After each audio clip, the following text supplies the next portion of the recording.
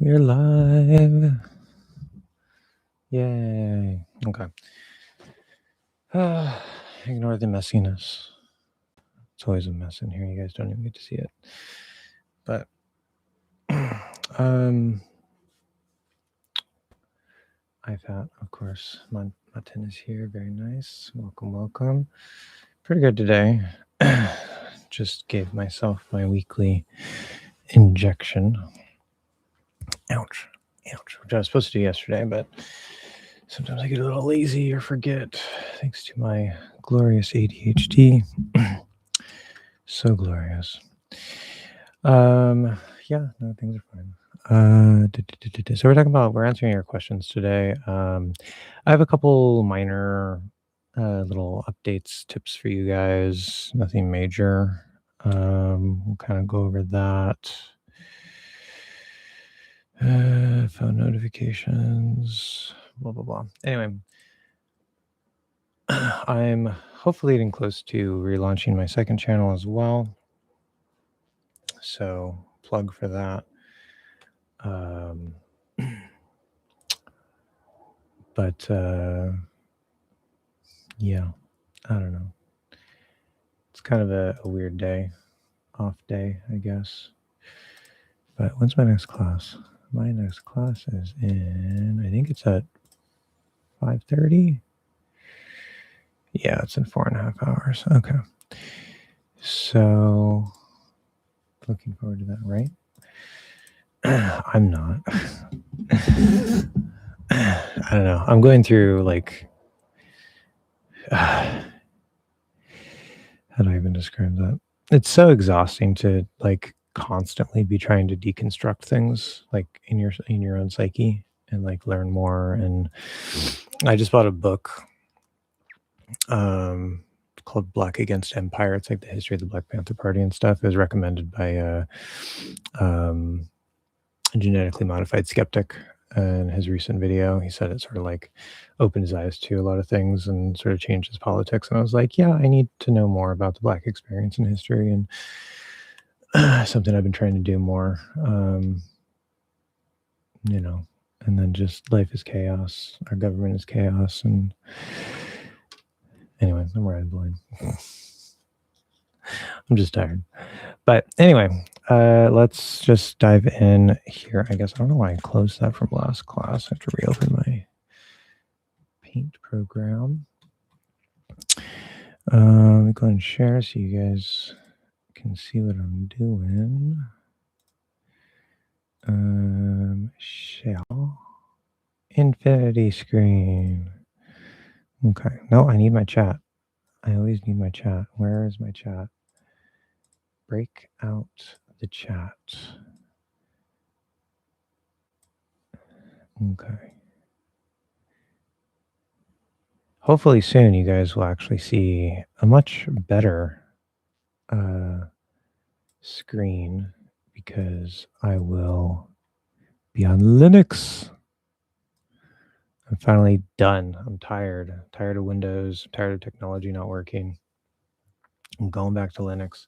The other reason I have Windows on this computer is because it's I bought it like 4 or 5 years ago.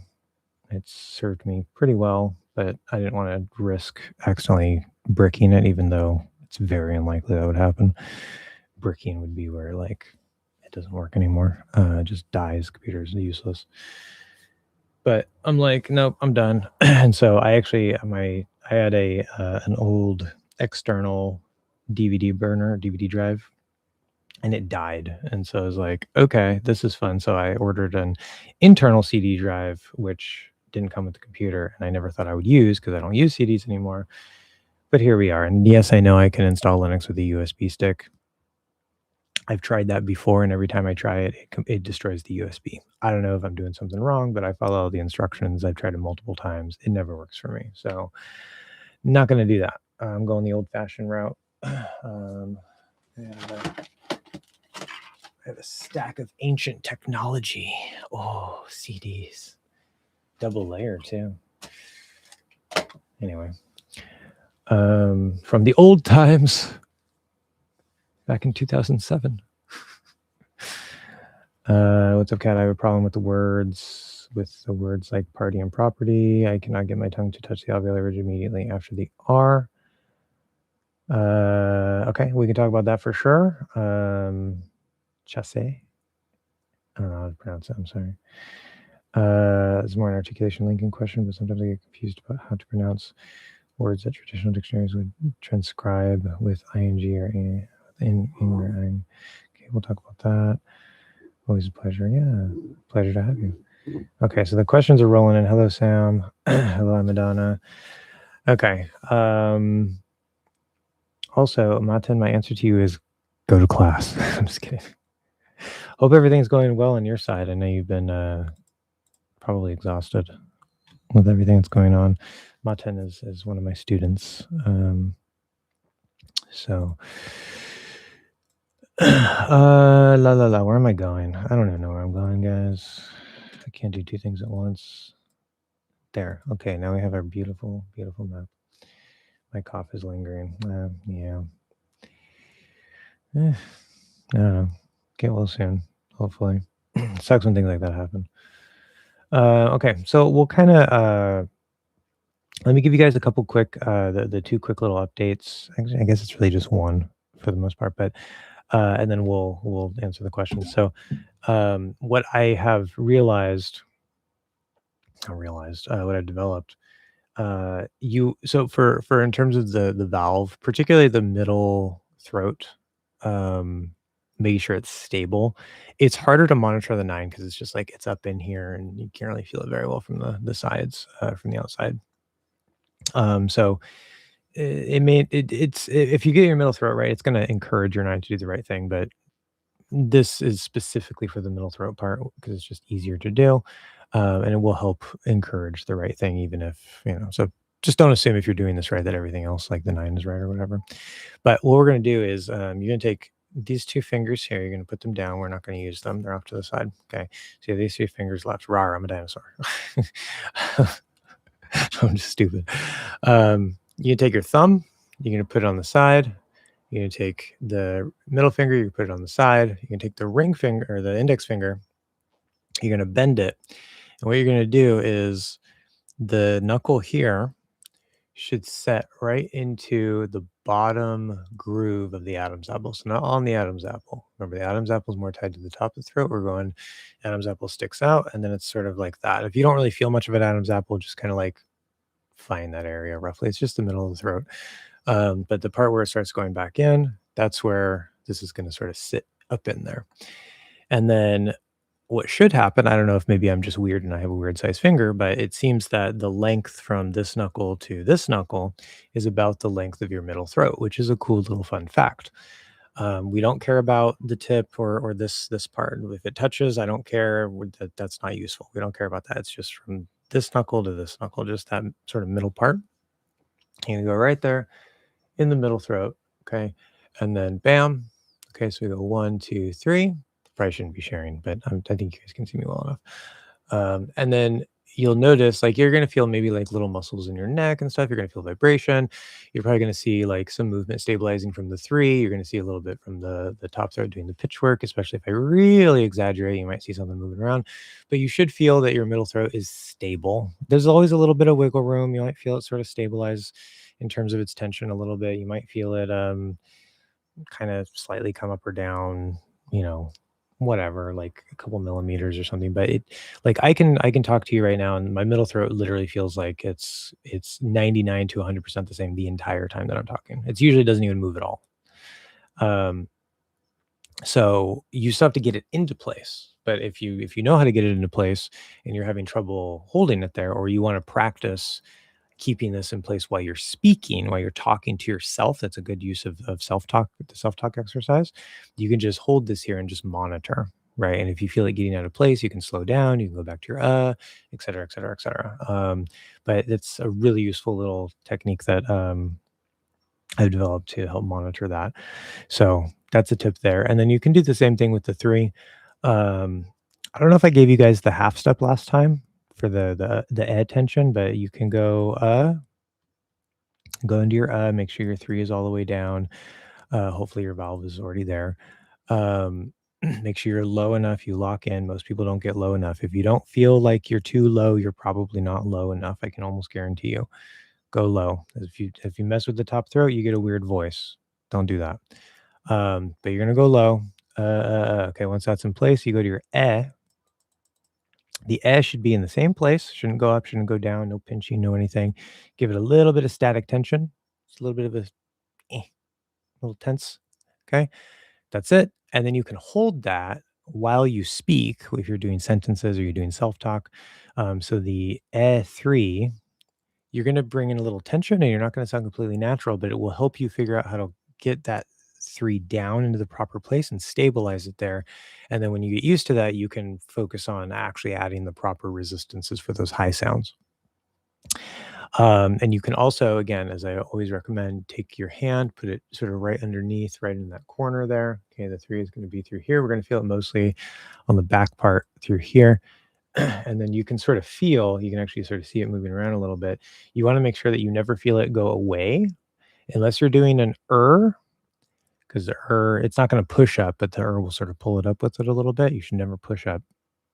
And in the k, because the k is so high and it sort of is able to rely a bit more on what it's touching to stabilize itself, you might not feel it so much here. It might sort of come up a little bit. That's fine. We don't need it as much on the back sounds, but most of those high back sounds, like the vowels and stuff, we're going to be pushing down a little bit, or at least get a little tense. But yeah, so you can monitor that. And so if you're doing your E3 half step, you just make sure you're in place. And then if I do that, you're going to hear a little bit of tension come in, but you're not going to see my hand move as much because I'm trying to just sort of keep it in the E position.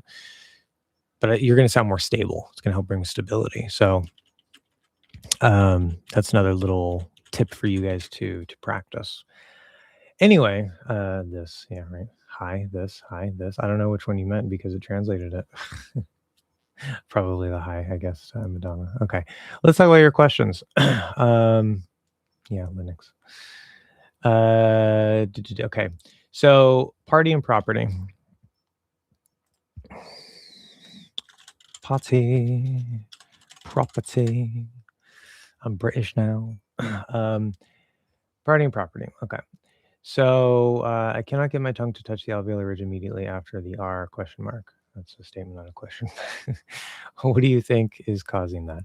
So, right, think about the R. I don't want to go too super in depth about this. I've talked about like the R posture and stuff elsewhere. I have a not incorrect, but a slightly dated video on that in the course playlist. And I more recently I kind of went over some of the updates for that and stuff.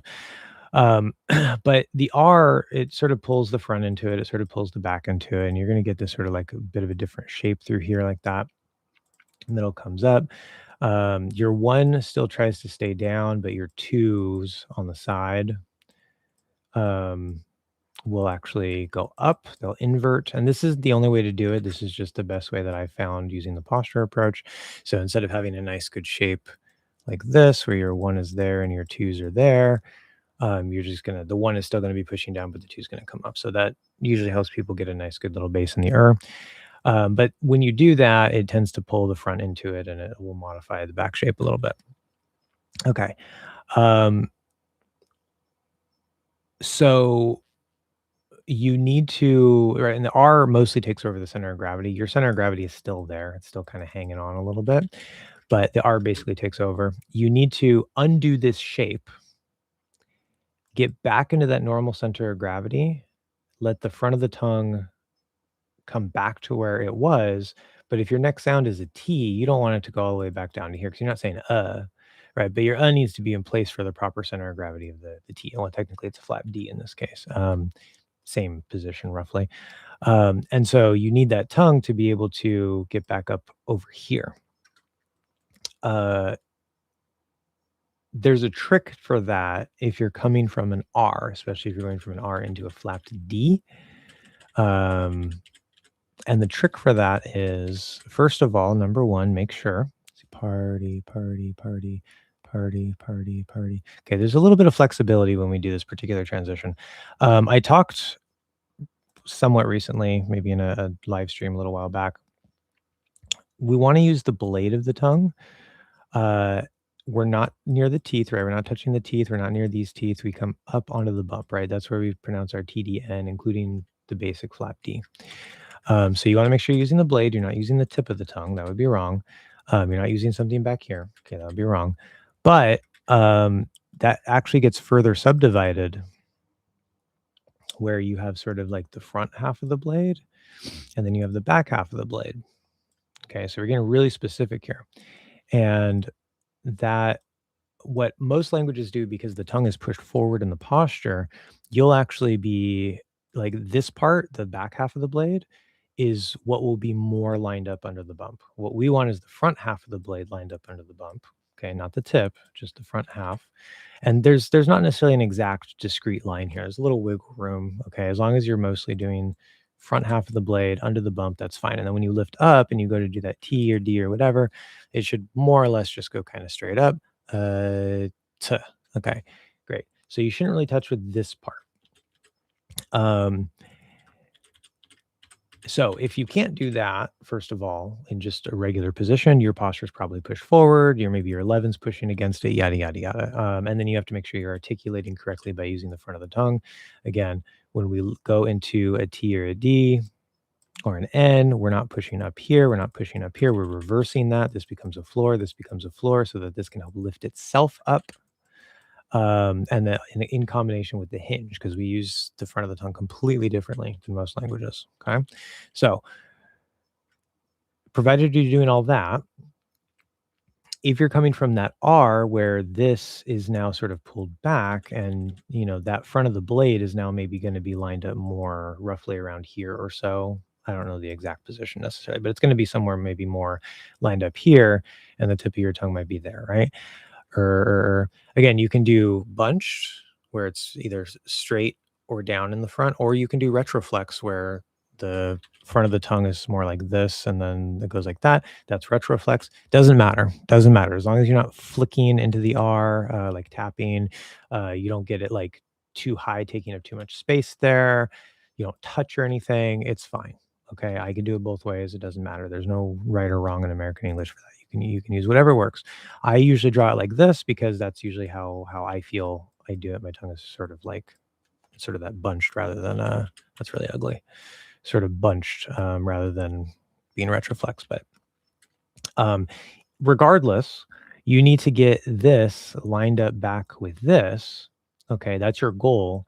As you undo that shape, okay, this is the front of the tongue is going to go back to where it was, but you have to hit that flap D along the way. So what'll happen, you can do it in a way where as you stretch, or as you're not really stretching this necessarily, you're just letting it go back to where it was. But as your shape goes back and that front sort of gets back into alignment, you can sort of wait until you're about already lined up and then do the flap D really quick into the E sound, like party, party, party, party. Or a little more easy, a little faster, that we'd probably do in natural speech is when you're going from that R into one of these front sounds here, especially a flap D. What we tend to do is we tend to let that front of the tongue, instead of going all the way back down, it's going to come this way as it gets back into its alignment, and then you're going to sort of tap and flick. So you go like that, you hit, and then you flick, hit, flick, and then it just goes back to where it was. So you're sort of doing that party, party, party. Okay, now you're back in alignment. You sort of hit it on the way, and then you just go back to where you were. Okay, yeah, something kind of like that. So I know it's tricky. Part of the reason why it's tricky is because the R bends the posture. And you have to make sure that you're not only just trying to articulate the sounds correctly, but that your posture is getting back in place. Because if you don't sit back into the center of gravity as you release that R, this may not get in alignment, or even if it does, maybe your quality sounds a little off, especially in the E, because now this isn't in place and blah blah blah. You say party, party, something like that. Okay, you got to make sure your posture gets back and your articulation lines back up, and that you're keeping everything in place. Same thing with property. Okay, in this case, we're going from R, so that might be a little harder because you're going R-D. Okay, you have that extra step of the jaw closing. This is just an so you're literally just going into the flap D. Or if you were to enunciate it as a T, then you can do it as a T. But that would be my answer to that. Go slow first. Try to follow that path. Make sure that this is getting back the way it should be going. Make sure that your posture is getting back to where it should be going. Bottom up is always the best way to practice fighting posture problems. Might just be an articulation issue. And then if you feel like, okay, now I can do it, you just have to practice that faster and go a little faster, go a little faster, go a little faster until you can do it quickly. And you're going to make it muscle memory. Okay. Sometimes I get confused about how to pronounce words that traditional dictionaries would just transcribe as ing or ang. For words transcribed with ing, you'd pronounce them as ing. And for words transcribed with ang, it's a little awkward for me, you'd pronounce them as ang, right? Yes. So this is probably a little bit more of, I see there's a little bit more there. I see it, this is a little bit more of a Western American English thing. Again, Western American English is 99% identical to the other neutral accents. There is no one neutral accent in American English. There's a range of neutral accents that are mostly the same. But as I've talked to you guys about before, when you have that ing, okay, whether if it's a core part of a word like ring, or it's added to a word like walking. This is so ugly. I should just type walking.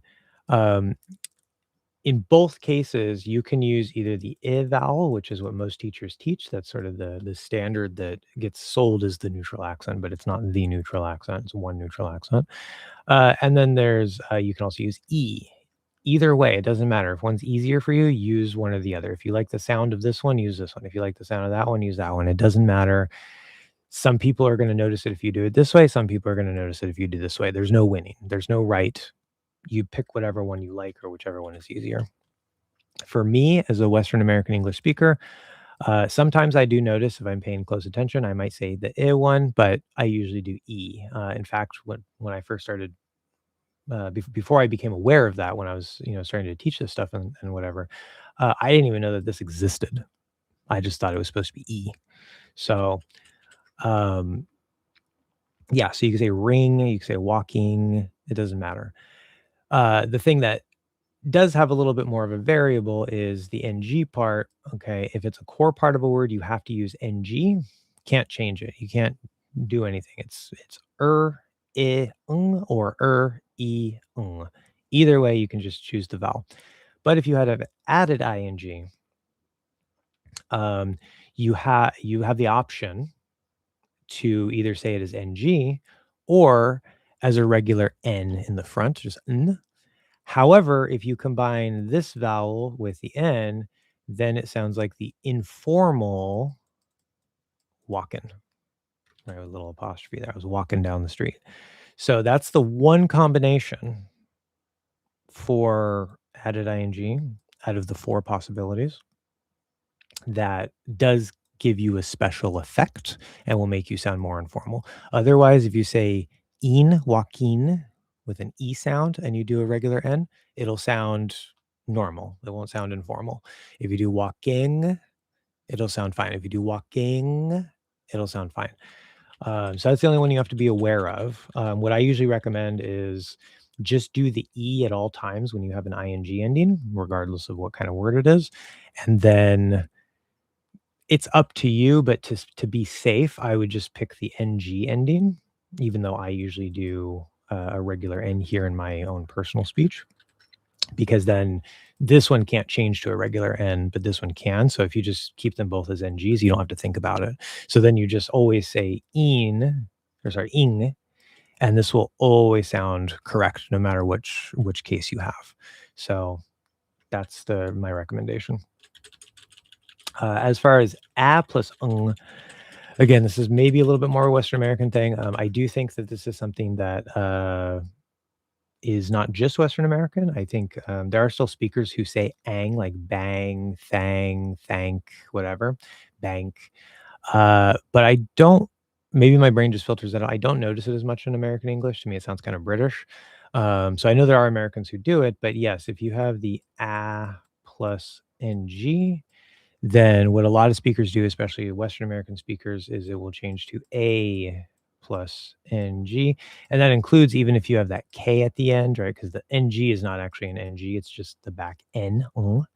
So if you were saying like like bang, okay, there's no k there, but if you say bank, there is a k there. Either way, it would be bang or bank. Okay. Which one's correct? Neither of them. They're both neutral. They're both fine. Some people say this. Some people say this. I think more people say this, but I might be biased and my brain might be filtering things out. Again, there's going to be little details, little variations among the neutral accents that if you do one, some people will notice at least some of the time and think you sound a little weird. If you do the other, some people will notice some of the time and think you sound a little weird. There's no winning. You pick whatever works, whatever is easiest for you, whichever one you like. It's all part of the range of neutral accents in American English. So yes, that would be correct. But in the flow of natural speech, I didn't even see this one. Flow of natural speech, the regular n turns into ng before kg.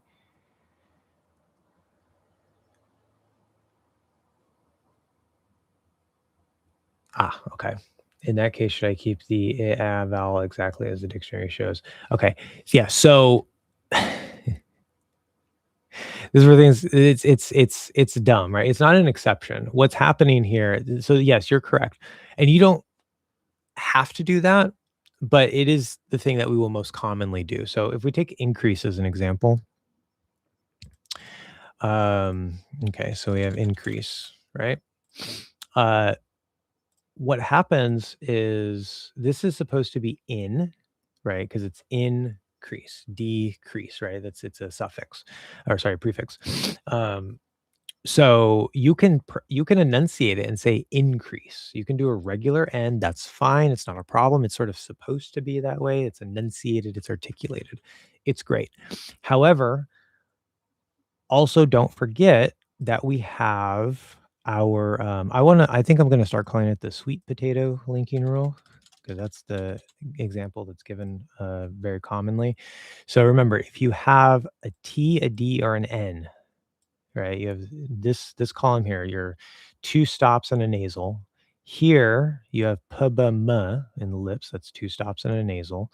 And then back here you have k-g-ng, it's two stops and a nasal, right? These are three sort of groupings that are in, one's here, one's here, one's here. It doesn't work going like this. It doesn't work going like that. It doesn't work going like that. It doesn't work going like that. Okay. It's only if you're coming from the middle one to this one or from the middle one to that one.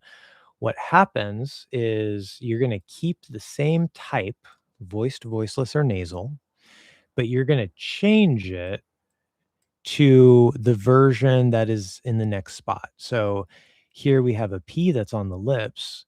T is voiceless. P is the voiceless lip sound. So we're going to get what sounds like sweep potato, but of course we wouldn't articulate sweep because that's not right. So we would actually stop this P.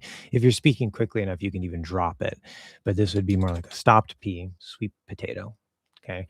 So I literally don't even do a T at all. I just go into a stopped P and then I release the P. If it were, for example, sweet, I don't know, bag, like, oh, that's a cool bag, sweet bag, right? Now, again, I still have to keep the voicelessness of the T, because I can't change that. Otherwise it becomes a D or something. It'll be, it won't change, right? So now it's going to sound like Swede bag, except again, we'll stop it. And so you get sweet, or sorry, that's wrong. What am I doing? Still P. I get confused in my explanation when I do this sometimes. So sweep bag, right? Because that T is moving again forward into the P position. That's where the B is. So we want to get ready for the B, but we can't voice it because then the T would be a D. It would be sweep bag. That sounds like you're saying this instead, right? So, and it goes the other way if we're going back. So if we have, it's supposed to be about posture, but I'm getting all over the place. Thanks for the question. That's fine. Sometimes this happens. I don't know why it doesn't. This program's a little buggy. There we go. Okay. So if we had our word increase, right, we can apply that linking rule. And what happens in this case is we're going from we have our TDN position so that we have an N there. It should normally be an N, but the next sound is a K. So we keep the nasality, but we say, well, what's the nasality in this position? It's an NG, right? Or the back N. So then it would be pronounced not as increase, but you can link it better and say it would sound kind of more like increase. Again, there's no actual G there, but you're using the back N and you pronounce it like that instead. Increase, increase, increase. Okay. Now, in this case, you cannot change this I into an E. That doesn't work because this is a linking rule. The N is changing to NG because of the link effect. It's not actually ING. So you can't say increase. That doesn't work. That would break it. Okay. So very good question. Yeah. So you should keep the I, or now would it be the same for the I think so. Pancake. Yeah, same thing. So this is the case where even in my pronunciation, I don't say pancake. That would be pain, like a cake that's painful, I guess. Pain cake. Nobody would say that, right? It would be pa, and then you could say pancake and enunciate it, or you can change this into an NG. You're gonna get like okay, pancake. Now you are saying ang, but again, it's because the N is changing, not because the A is connected to the NG. So it's a linking effect. You just don't change the vowel. This linking effect doesn't change whatever the vowel is. It only changes the TD or the N. Okay. So hopefully that's clear. Great question. Would you mind if I sent a recording of my attempt to make a schwa sound following your instructions? I'd really like to hear your thoughts on it. So generally, I don't do that because I would have to open it to everybody. I've been thinking, I know I mentioned this before, but I really need to do like more promotion and stuff for the course. That's part of why I'm doing this live stream.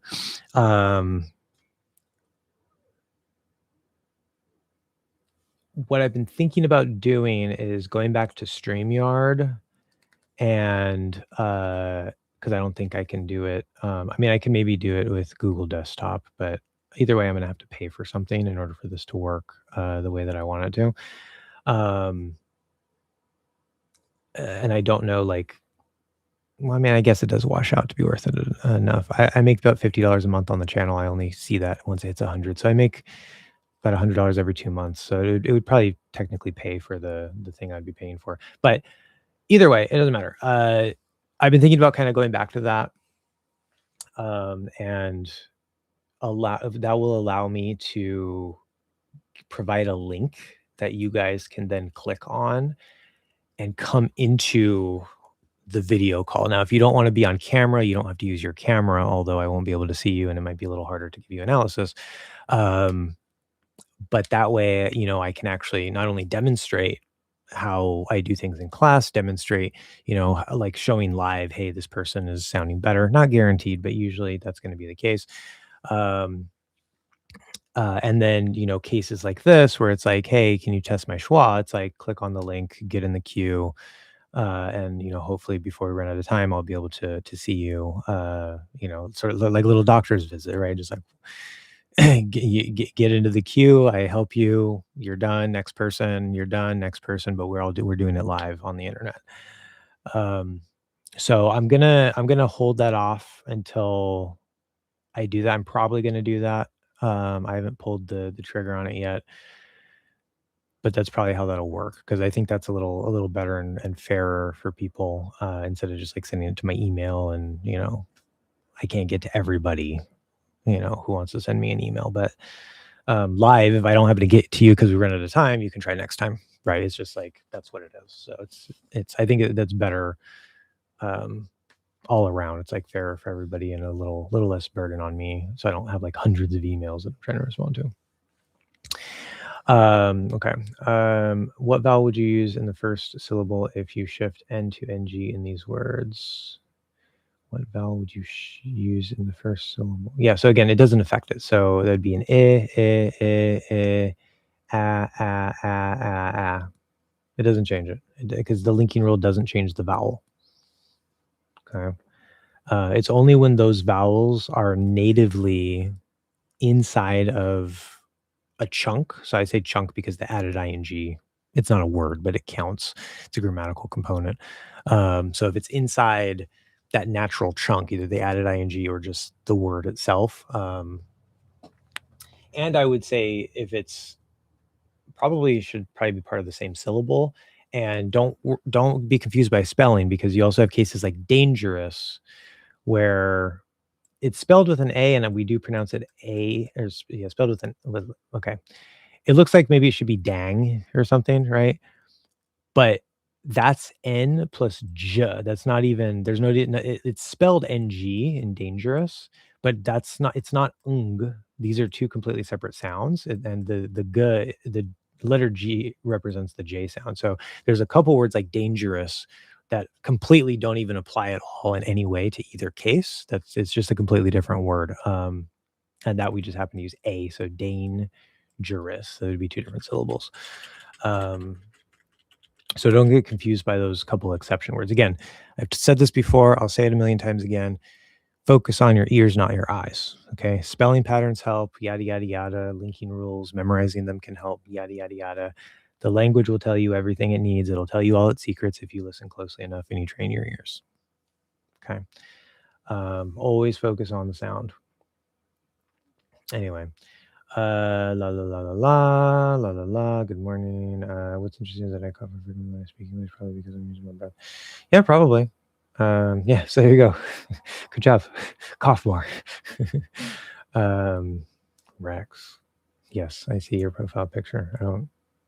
What is that referring to? Is that, you're confusing me? But it's super. It's just so random. But it's super frustrating because I can't even say the at 5 in the evening sentence without coughing over there. Yeah. It's kind of tough. I don't know. Rest and recover. It is what it is. What do you mean exactly by pull forward? For example, keep the center gravity from being pulled forward. So you want to keep everything from being pulled forward, really, but the center of gravity in particular. So your center of gravity is here. Okay. When I say pull forward, or forward or back or whatever, that usually it can apply to two things. And sometimes I don't clarify which one I mean necessarily, which usually the context I think is pretty clear. If it's not, you can ask me to clarify. But right there's the posture, and then there's the sound, right? So there's where the sound is placed. So if I say, hey, like when you try to do, like after, because it'd probably be like the end itself. Like your E might pull your center of gravity forward. That would be more posture, right? It's like pulling that forward. From up here, right? It would be either be pushing forward from the back, so maybe like your 5 is squeezed that pushes things forward, or if you have, like, say the front of your tongue isn't lined up and you still have, like, I think I talked last time a little bit about how you might have some tension here that's still sort of stuck with your front tongue, and then that's gonna pull things forward with it. It's gonna encourage things to go that way, which we don't want. It's gonna throw the quality off. But if it's not a posture thing and it's a sound thing, then sometimes what happens, like let's say you're doing a D and then you release the D and the next sound is right? So you're saying like done or whatever. Sometimes what happens, especially when we're coming from these high consonants, TDN, SZ, even SHIZ, whatever, when you release that front of the tongue, you accidentally allow this to come forward, and you might be slightly sort of like, it might be slightly pulling it forward even though it's in place, and so that would be more of a tension postural thing. Or it might actually pull where you're placing the sound forward to, sometimes people end up here where they sound more like they're doing the start of like die instead of duh. So it's like instead of duh, they're like da da da. You placed the sound too far forward. So in effect, because you were trying to do an one way to describe that is you let the be pulled forward into a different sound. Sometimes, remember, the schwa technically has a range. I encourage you guys to get it back for posture reasons, but it could be as far forward as the middle. That's where some natives do it. That's where Rachel's English seems to do it, according to my ear. But you can't do it up here. That's when you start getting into that sort of start of the I diphthong. And you won't be doing that right sound anymore. If you do it here and you go lower, you're probably going to end up in that upside down VIPA symbol, which, as long as your posture is fine, it doesn't necessarily matter. But that usually will encourage your posture to like do this and get pulled this way and tighten up here. And we just generally avoid that because, again, you don't need that sound to sound like a native speaker. I've already tested that. So technically, your schwa can get pulled a little forward or placed a little bit forward as long as it's within the range of middle to back middle. But the rest of the posture still has to be in place. So if this is coming forward because you're letting it be pulled this way or you're pinching this way or whatever it is, you're still probably going to end up with a bit of a quality issue, even though technically the placement is still safe. So again, sometimes we have to worry about the articulation. Sometimes we have to worry about the posture. Oftentimes posture is going to be like the underlying issue, but just because you get posture doesn't mean you're articulating things correctly or placing things in the right place. So, yeah, it could be either one. Hopefully that's clear about what that might mean. It's much more common to accidentally push things forward because usually your posture wants to go that way, but sometimes your posture might be okay and you end up sort of pulling it forward as you drop down, especially if you end up opening the jaw too much on the way down. I also read that there are, sorry, my nose is like constantly stuffy halfway, but I also read that there are 4 variations of the flap T, with the surrounding sounds being the determining factor for choosing which variant to use. Is that true? Off the top of my head, I'm not sure if it's 4, but yes, that's generally true. The default position for the flap D is going to be right where the D normally would be. You just sort of tap it and then release it. If you're going from an R, like I said, you're gonna release and tap and what do I say? Tap and push. If you're going from a flat D into, wait, does that work? I know there's another direction. What am I thinking of? Hold on. I was gonna say into an R. A terrain. That wouldn't be a flap D. Yeah, if you're saying terrain, like right, terrain, or even if you're saying train, that you can keep it as a T or you can turn it into a CH. That would be with an R consonant rather than an R vowel. But either way, you're coming from this area, and so you're sort of like you're pulling it, but that's not a flap D. I know that it goes both ways. I can't think of an example. Oh, yeah. If you're going from like a D into an E or a D into an I, then you're going to come up and hit it normally, but then you're going to flap it back down this way. So instead of going like that, you're going to sort of tap and pull a little bit, right? So you might have an R in front of it, party. Okay. In that case, you can kind of go that way because the E is here, the E isn't up here. There's variation, but if I say like what if, okay, I'm gonna go tap and then pull. What if. That's how it feels. And after it pulls, it's gonna sort of line back up, right? It's again, there's wiggle room. Off the top of my head, as I said, I can't think of like 4 specific variations, but that would be 3. If you can give me what those 4 are supposed to be, I can verify that. But yeah, and that makes sense because like although things are generally like like your blade is generally going to be lined up under the bump, there's a couple sounds that maybe kind of break that, the R, the SH, CH, but pretty much any sound you do, whether it's a sound back here or whatever, the front of the blade is going to be lined up with that bump, even if you're not using it. So that's fairly stable. But as you're getting between sounds that might play with that a little bit, you're going to have different ways to sort of get it in and out of that alignment, and that's really what's happening because it's just the effect of those different combinations. Again, usually you're going to be lined up no matter what. It's just there's this couple sounds that will break that natural alignment, and you have to get back into alignment depending on where you're coming from or going to. If there's still time later, would it be possible for you to share the new tips and techniques in pronouncing the diphthongs A, I, ow, and oi? Do I have new stuff there? Maybe I mentioned that. I don't remember. Much appreciated if you could also draw and illustrate the sides of the body of the tongue. Heart.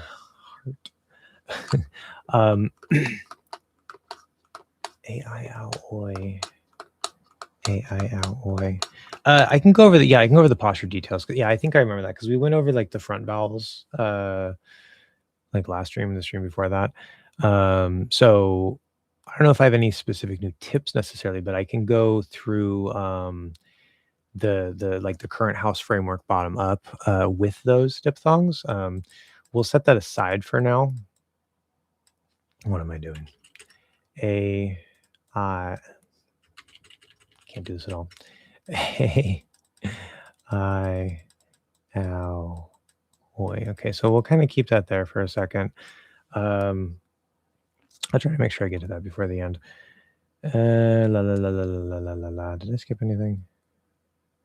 No. Okay. Draw and illustrate the sides and body of the tongue. Yeah, that's kind of hard to do, especially because I'm not an artist.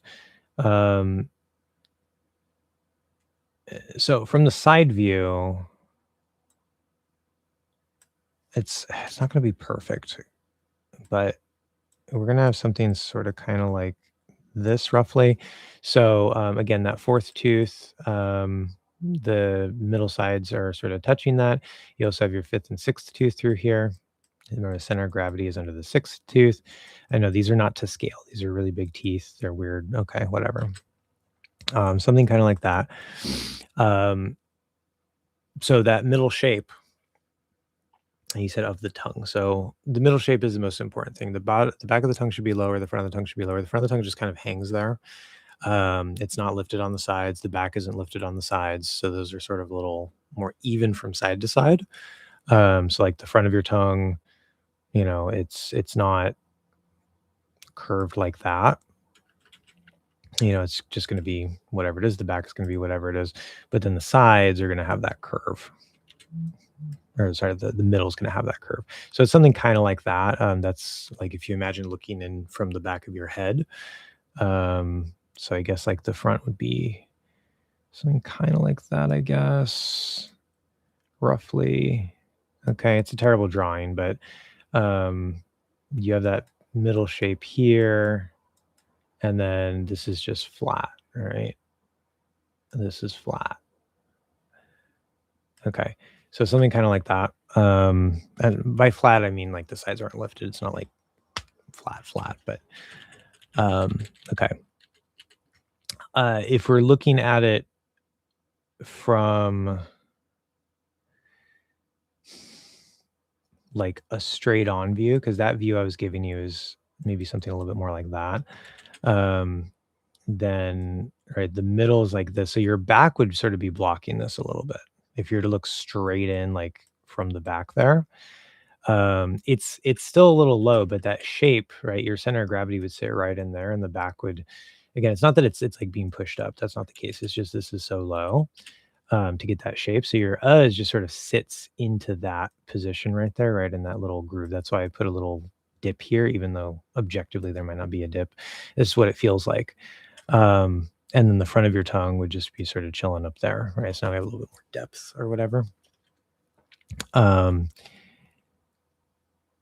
So it'd be kind of something sort of like that, maybe. Again, I'm not a great artist, especially not with a mouse. I can actually draw kind of good sometimes with a pencil, but anyway, yeah. Hopefully that helps. I mean, it's kind of hard to do. Like if I had like a 3D model or something, which I wouldn't know how to do. I don't know how to do CAD stuff, so I don't know. Is it okay to realize the flap T via a tongue sweep with the back? Pretty sure you're a Spanish speaker, or that's a typo. I think you mean release. Because I don't know if you mean realize as in like make real in the sense of like perform or articulate, because there's sort of a false friend there between Spanish and English. But is it okay to release the flap T via a tongue sweep with the back part of the front tongue instead of a tap? This is how I usually do it. Okay. Well, first of all, so there's no such thing as a flap T. I want to make that clear. It seems like semantics, but just because it's spelled with a T, there's no such thing as a flap T in American English. It's always a D. It's always voiced. Okay. So again, focus on your ears, not your eyes. If you're trying to say like te or something, like you're trying to flap a T sound, make it voiceless, you're not going to sound natural at all. It's going to be terrible. Okay. Via a tongue sweep with the back part of the front of the tongue. Like this part, because that would be the back part of the front. I'm gonna have to have you confirm that or not, because if that's the case, no, that is absolutely 100% wrong. Thanks for your help. Wish I could support the channel. Oh, that's fine. I mean, being here and asking questions and hanging out, that helps. I need engagement, right? Like the video, right? Watch full videos. You know, you don't have to. You can skip ads. It's fine, but you know, that all helps. What's the difference between the stabilization column and the wall? It seems to be. Seems to me you sometimes use them interchangeably, sometimes don't. So I'm confused.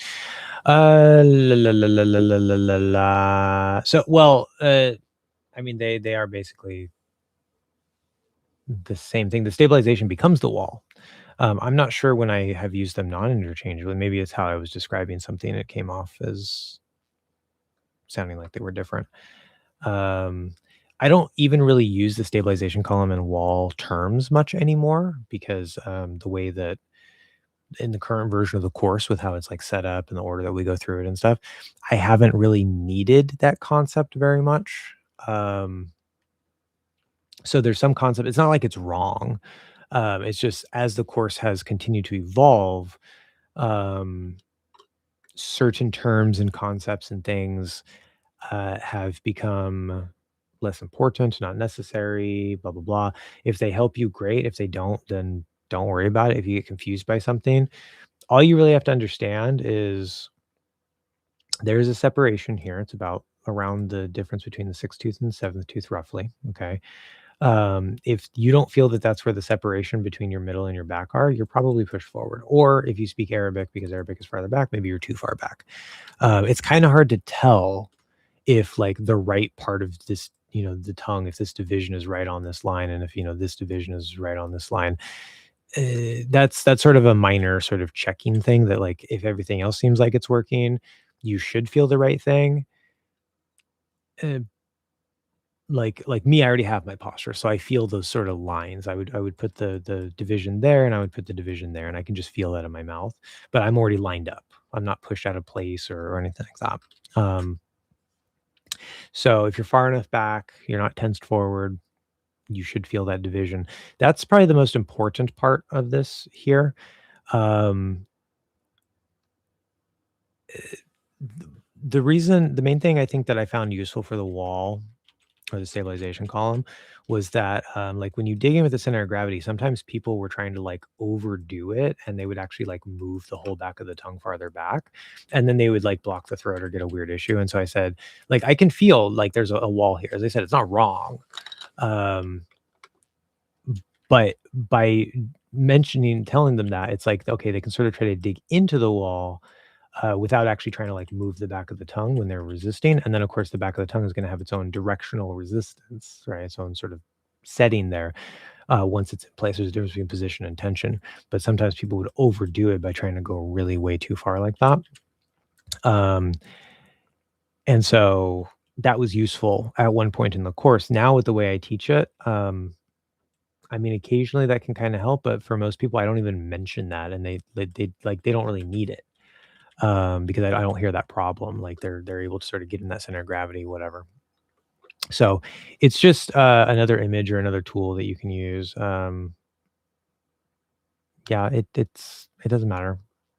Not saying it doesn't exist or it's not there, but it's use what works, right? I think actually the main reason why I called it the wall specifically was because I was saying like the back of the tongue, when it resists this front part of the back, when it gets into position and adds its resistance against sounds, it's like it's pushing off of that wall. And that also helped people to kind of visualize what they were supposed to do. So you sort of dig into the wall here, and then you push off of the wall here, and trying to have that column that's stable instead of like trying to move everything or like bend the column by trying to do that. Right. It just helped people sort of stabilize things better and get a better position. So again, if it works, great. If it doesn't, don't worry about it. Hopefully that satisfactorily answers that question. You can follow up if you want, but I remember it took me weeks to be able to pronounce party, property, security, etc. properly. Like it was really hard. Yeah, some things are going to be like that. Thing, pink. Yeah, exactly. Some things are going to be like that. There's learning is never linear. We expect it to be linear, and sometimes it's just a certain sound. Like I have a student right now who's working on the sound, and it wasn't that great, and then she actually made it really great, and then last class you kind of lost it, and then this class you kind of got it back, and you just kind of like keep drilling into it and refining it and getting better understanding of the big picture, and over time things will improve.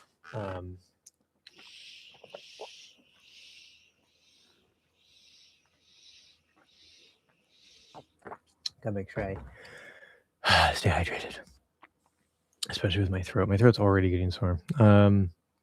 Anyway, yeah, so that's fine, right? As you go through the process, certain sounds, certain combinations, just know that some things take longer than others. Remember when I've told you guys this before, when I was trying to learn how to roll my R's. Of course, I didn't have the right posture. My tongue's way down here. It's hard to roll an R when your posture is way down low. It took me 6 months just to figure out how to start rolling the R, and that was using bad posture. That's part of why it took me 6 months. But I couldn't do it. Like, it was physically impossible for me, and I kept trying and playing with it and playing with it and playing with it. And eventually, 6 months later, I was able to actually start rolling it, not consistently, not like a native, but I was able to get that sort of rolling effect. And you just be persistent, keep tackling it, look at it from different angles, try to figure out what's wrong. I give you guys a sort of bottom-up structured approach so you can sort of find and fix problems along the way. We also use the front half of the blade for dental T&D. Yes. So remember, when we're going into a TH, a more frontal L, because L can also stretch up here, it doesn't have to. Or if you're doing that dental TD variation of the THs, like I've talked about before, then your posture needs to stay the same, and it's going to have to add a little bit of resistance against what this is doing. But you're going to take the front part and stretch it. Okay, that doesn't mean tense this way, but you're actually just stretch the muscle there. And we're still targeting that front half of the blade. So if I say ta da, I don't push my whole tongue forward to where like this part is now touching like that, because I feel like in order to do that, I have to kind of like lose my posture. It's like I have to actually push my whole tongue forward to do that, because it doesn't want to stretch that much. So what you might be used to, since you're already forward, you might be used to kind of doing that, where we would do more just kind of like that, right? So yeah, still just the front part of the blade. Things. Welcome, Ivan. How do I know if the back of the tongue is low and wide enough? Your sound. Sound is king. Sound is king. The short answer, well, in the short-term answer is you won't. It's generally a process. Now we say, okay, if the back of the tongue is low and wide enough, well, if this is high and tight, and this is high and tight, and this is high and tight, and this is high and tight, and you're trying to get this back down, back and wide, you're fighting yourself. Okay, so that's the first thing. Like, you might be doing enough things here, you might actually be overdoing it, because you have all this tension pushing it out of place, or even just like it's causing it to squeeze up here where it's not wide enough because of all the tension you have under it. So that's why I've switched to a bottom-up approach, where we get this, and then we get this, and then we get this, and then we get this. Then we come up into this area and try to figure that out. But again, your posture already feels relaxed to you. That's part of the problem. So you have to go based off of sound. Now, when you're working with me, I have a really good ear where I can usually tell, hey, your 5 is off, this is off, that's off, whatever. But like I can usually hear when the 5, when your back of your tongue back here is pinched. Like I can usually hear it. And probably also your 11 is probably pinched and your 9 is probably a little high and stuff with it, but I will be able to hear that usually. Can you hear that? You may not have the practice, you may not have the ear training to do that. That's the benefit of working with a teacher who, knows how to find the problems, can hear, um, the problems that you're making and this and that, whatever. But you can figure it out on your own. Just know that you're going to have to kind of wiggle your way through it as you get more and more used to it, as you try to relax your posture, become more aware of your native tension, which can take a while, and figure out how to let it go. Right. And then you have to stabilize ours. But what I will say though is it'll probably feel wider than it should be. Again, you shouldn't be pushing wide. Any of the width, we never push wide. There's some sounds where maybe you can resist wide a little bit. Usually we don't have to resist the width part. But it's never about pushing wide. It's about relaxing wide because your posture already pinches it. We just don't pinch. Our tongue is just bleh. It's just wide. Okay. And that doesn't mean super wide, like as wide as possible, but it's wider than most other postures. And so you relax that wide, let it come out to the sides, in the middle, in the front, in the back, in the throat, everything, right? In your seatbelt, everything comes wide. So if you don't feel, again, as long as you're not pushing, you're trying to relax, but you don't feel like it's too much, or you don't feel some sort of release. Usually people will feel a release when they can finally actually release their narrowness from their posture. Probably you're not wide enough. So you can keep playing with it. You can like push wide, push narrow, push wide, push narrow in different parts of the vocal tract to just try to build a feeling for it, and then try to just go to your posture and relax. It'll make the process easier. The tongue being low, or anything being low, whether it's this part, this part, this part, this part, the nine, the middle throat, anything, the height of anything in the entire vocal tract. The one piece of advice I usually give, and I can't speak for all languages, especially because I haven't worked with all languages, but the pattern I have found working with, European languages, a lot of Romance languages, even German. German seems to be relatively a little bit closer to American English, but it's still in the same pattern, still up with those other European languages. Asian languages, Southeast Asian, East Asian, Hindi is maybe a little bit lower. They seem to be pushed more forward rather than up, but they're still a little high. Russian, high. Ukrainian, high. Japanese, way high. Even Shona, which is an African language. I have one student who speaks Shona, high. Okay. So the general pattern, regardless of your language, seems to be, compared to American English, you're going to have some sort of height in your vocal tract that we don't have. So the general advice that I usually give is, if it doesn't feel too low, you're probably not low enough. That's the general thing I found, because when everybody starts getting their 3 low and their throat low and the back of their tongue low, they're always shocked and they're like, I'm supposed to have this much space in my mouth all the time. This is crazy. How can I talk like this? It's like, yeah, that's how Americans talk. We have all this space. That's why our resonance hangs out back here. That's why we sound so open and lazy and whatever, aside from breathing and whatever. Everything is low and wide and open. So if it doesn't feel too low, you're probably not doing enough. The only danger there is, remember, the top throat, as everything else comes down, the top throat will come down with it, and your natural pitch will slightly lower, and you'll find your English voice. Okay. It should still sound like you, just a little bit deeper.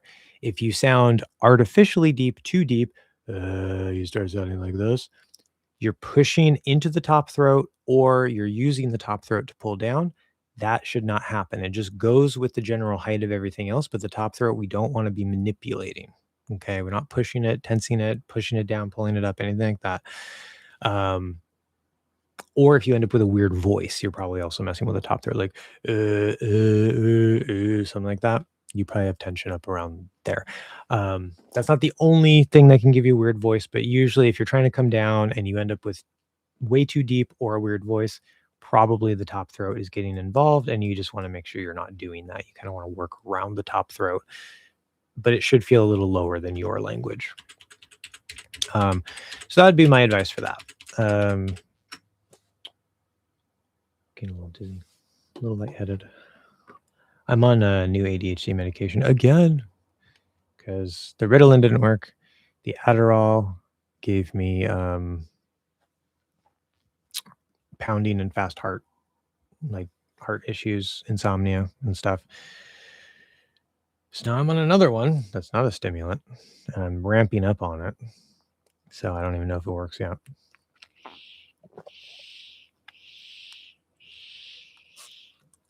So far, not particularly. Anyway, if you have ADHD, you too can become a semi-successful individual. Because you mentioned dinosaurs. Oh, got it. Yeah, no, that makes sense. The door. See, I don't even know. The chat is not conducive to how my brain works. I need to go in order. Then I forget things. I'm a dinosaur. Rawr.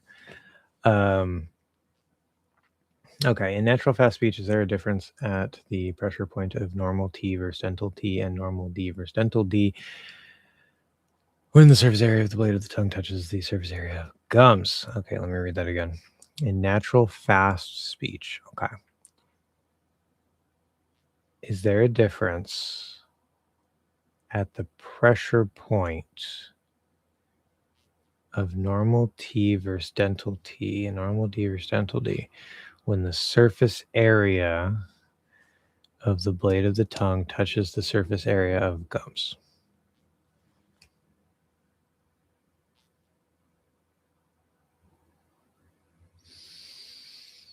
I think I understand the question.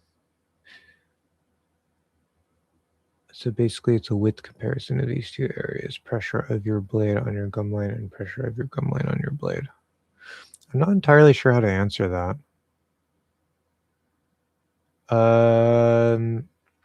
I think the term pressure is throwing me off. But so I guess you're asking like how firmly should you be touching and how much surface area would be touching. Yeah, okay. No, yeah, that makes sense. Okay, so this is actually one of the key differences between the dental T and D, especially the T's. The dental T and the dental D sound a little bit more similar, especially because we don't aspirate it. You're never going to aspirate a dental T because remember the dental T is a replacement for the TH. So we don't want to try to be making like a semi-crisp T sound when it's supposed to replace the TH sound. So there's a couple things that make the difference there, but one of the differences is, right, you're going to use the front half of the blade up onto the middle bump. That's a regular T and a regular D, right? Duh. Don't feel the tip.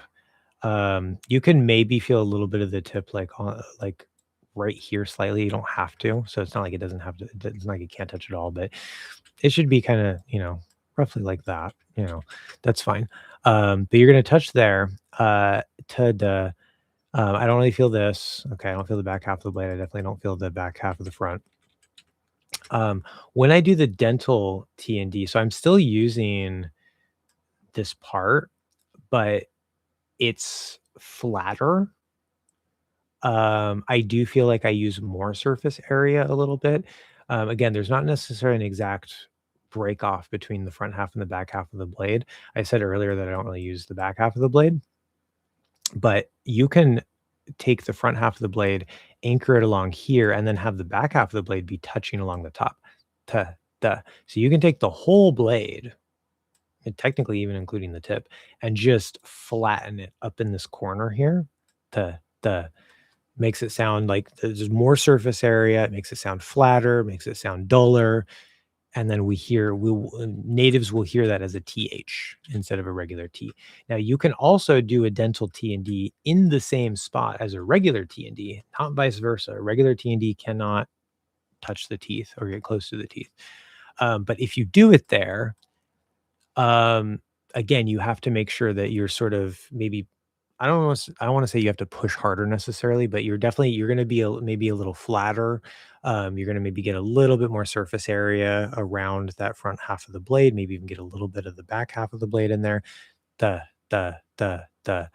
Okay, there you go. So I'm pretty sure that answers the question. Yes, you want to have more surface area, not necessarily more pressure, but definitely more surface area in the dental T&D,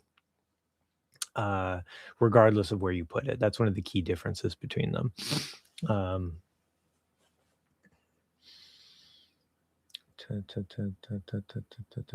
Yeah, I can also feel if I try to do it in the same spot, I feel like particularly this part here feels like it's being squeezed for the tea. That helps us get a crisper tea. And if I do a dental tea, I don't do that. It's sort of a little flatter, and I'm not squeezing in the middle, and that helps to avoid that crispness.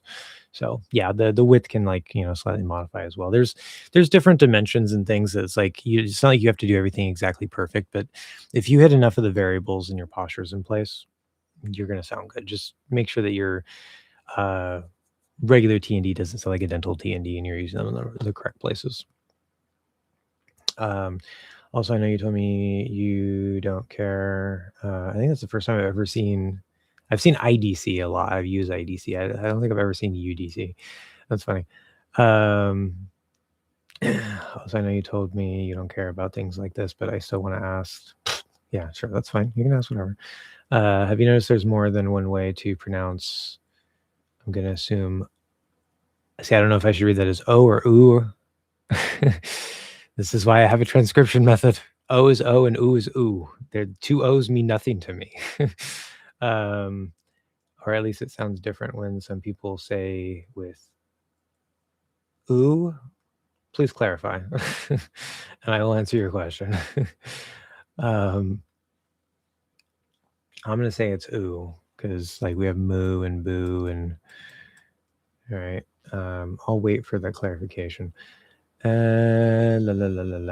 Yes. Okay, good. So then the question was, there's more than one way to pronounce ooh. There is more than one way to pronounce ooh. I've actually told you guys about that before. I don't know if I included that in the basic lesson. I think I did. And I know I've mentioned this at least somewhere. Maybe it's not in a main lesson. I don't know. The ooh needs to move.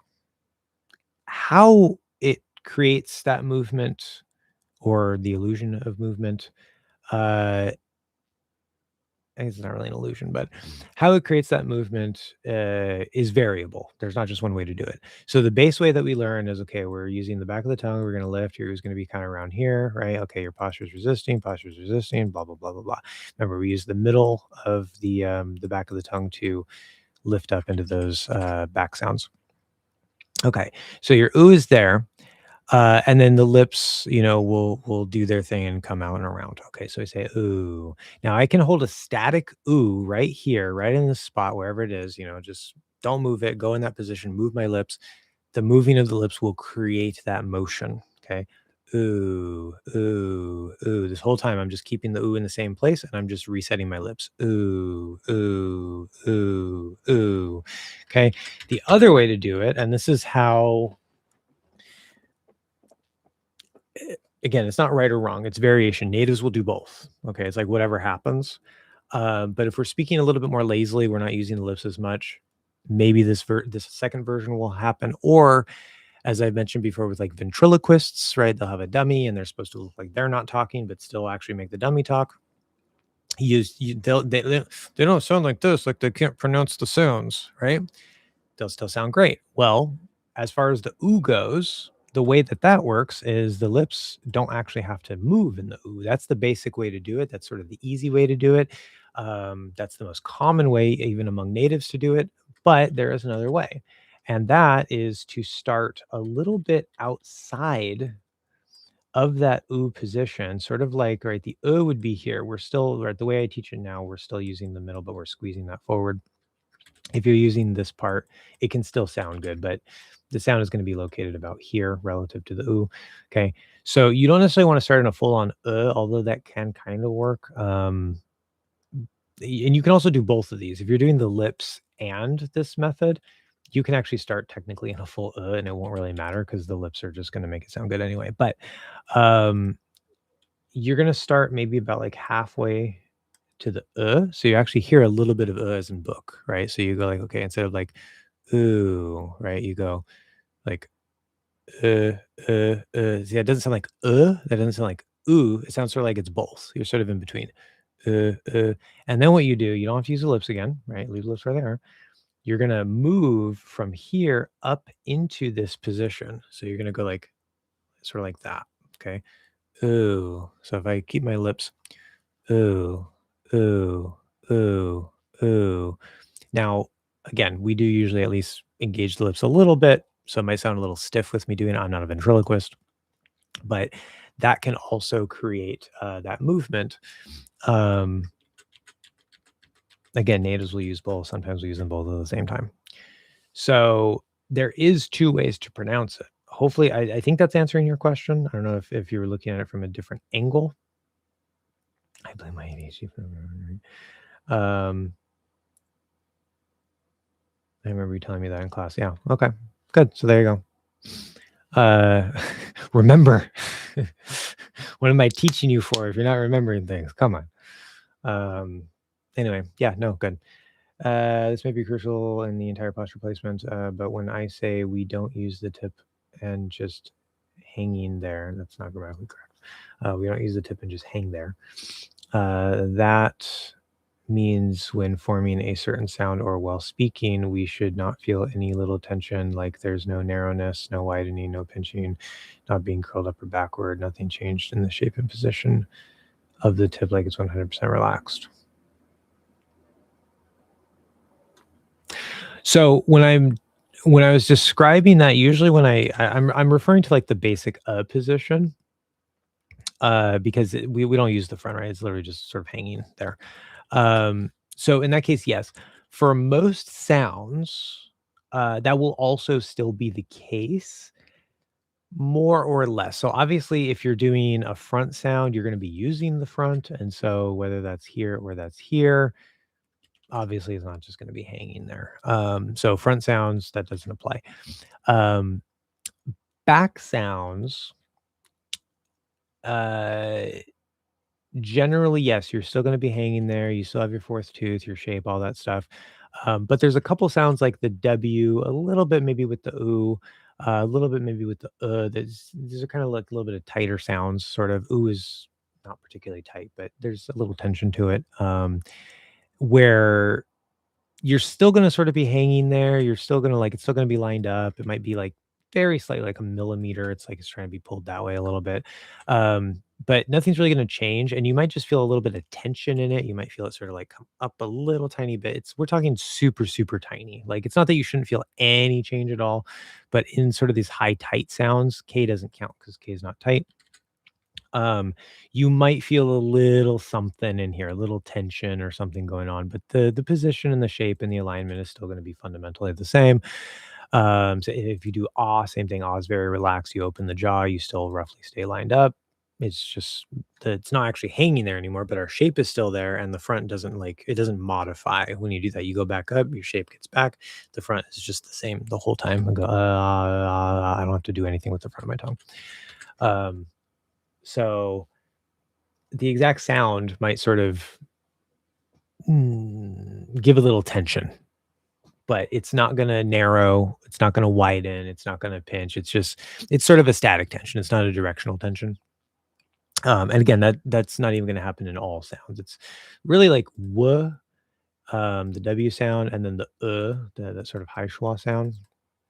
Those are like the two where really you're going to feel some tension through the front, but those make the whole tongue feel kind of tight because they're tight.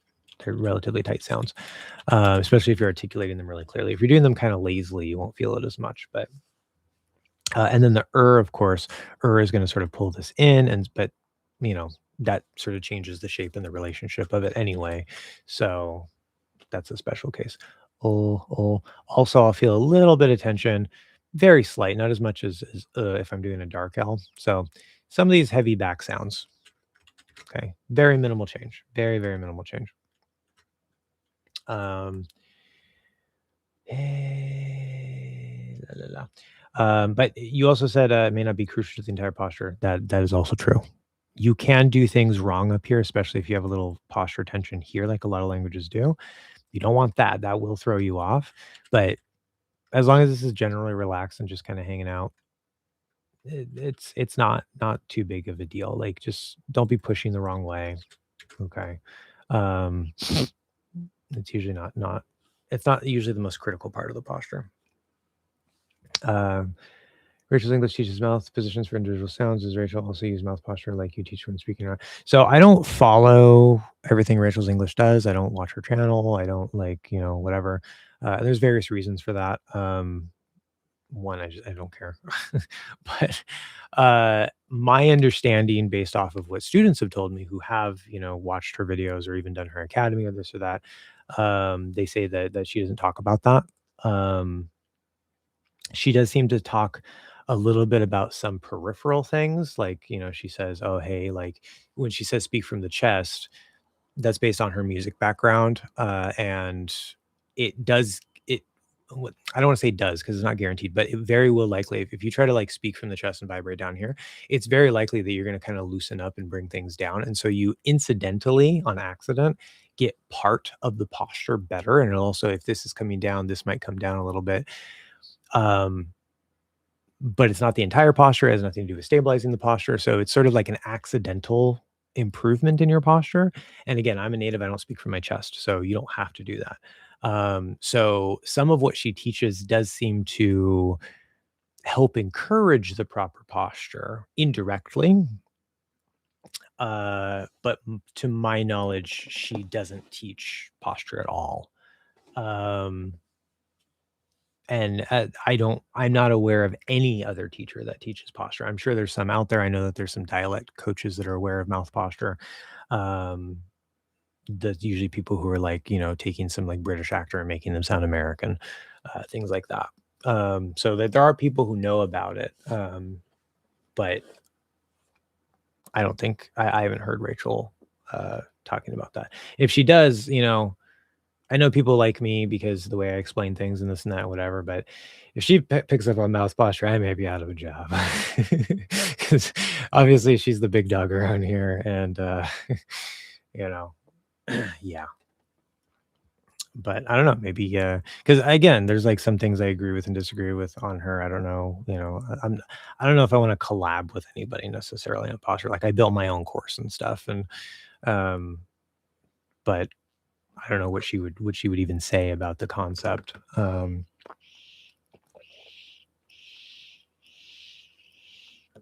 Imagine what that would do for the channel, though. Oh God, I swallowed wrong. I hate that. I'm dying. I'm very dramatic, in case you didn't know. A jackal. Welcome. What percentage of non-native English speakers? Yeah, my throat's going to be off for a minute because I have something in my throat now. What percentage of non-native English speakers who study and practice your mouth posture are able to speak English like native speakers? So, I haven't had a ton of people get all the way through the course for various reasons. Some people start and they're like, I don't like this, or, I don't believe this is going to work, because some people just don't stay long enough for it to actually kick in. You will usually, especially the way I'm teaching it now, you will usually start seeing results, some results pretty quickly, like sometimes even in the first class. But some people, like, they don't understand why we're doing things. And I'm like, just trust the process. Like, okay. And then I do have some students who they've reached the point, like my most advanced students, they've definitely reached the point where they can speak without an accent.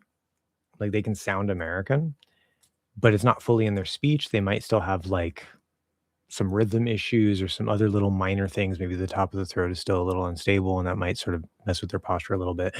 And so, again, the course is always evolving and getting better. to where like I'm figuring out how to like handle that pitch problem. I was talking about that like in the last live stream, how the pitch can sort of push up against your posture and stuff. I'm figuring out how to work the pieces into speech from earlier on in the process, which is a big sort of hole I've always had in the course because I was never really sure how to do that. Because in part because I was trying to figure out what the pieces were in the early stages. But as I mentioned earlier at the beginning of this video, right, you have that technique that I explained where you do this and you can monitor it. You could just talk to yourself. Again, you have to make sure you're in the right spot. But if you're like, and you're like, I think that's good. It sounds pretty nice. I feel like I'm in the right place. Then you could just hold this here. And just like as I'm speaking now, I feel like there's essentially no change in my middle throat. That doesn't mean everything else is going to be working. And of course, if you feel changes here, it might be because it's being pulled up by your 11 or something. But if you feel, oh, by putting these here, you're going to feel it more easily if you're adding that pinch. You're going to feel more easily if you're sort of like pushing in here. You're going to feel more easily if it's coming up. I was doing that with a student earlier in class, and I said, "Hey, go from to Tell me what you feel." And she said, "Oh yeah, when I do I feel like it comes up a little bit." Okay, that might be a little bit of a problem. And it's not like it's pinpoint perfect. You're going to have a little wiggle room, but if you go too far in any of those directions, it's probably going to start affecting things. Okay. So uh the point there is I don't have anybody who's gotten through the course and can just like has it fully in their speech and sounds like a native in like every aspect 100% of the time. um but my most advanced students, even in their speech, their accent has been drastically reduced from when I started working with them to the point where the way that okay, I see things differently in my head, uh, depending on how I'm thinking about them. And a lot of times I give you guys a scale of like percentages. So, I'd be like, oh, that's like 70%, that's like 80%, it's like 95%. And 95% is like basic passing, right? Because we don't have to get things perfect. We're going to continue to spiral and improve things as we go. But if you can get something at about 95%, you check all the boxes, articulation's good enough, posture's good enough, blah, blah, blah. Okay, good. And so if you're like, it's like almost there, it's like 90% or 99%, it's not quite 100%. There's something in there, right?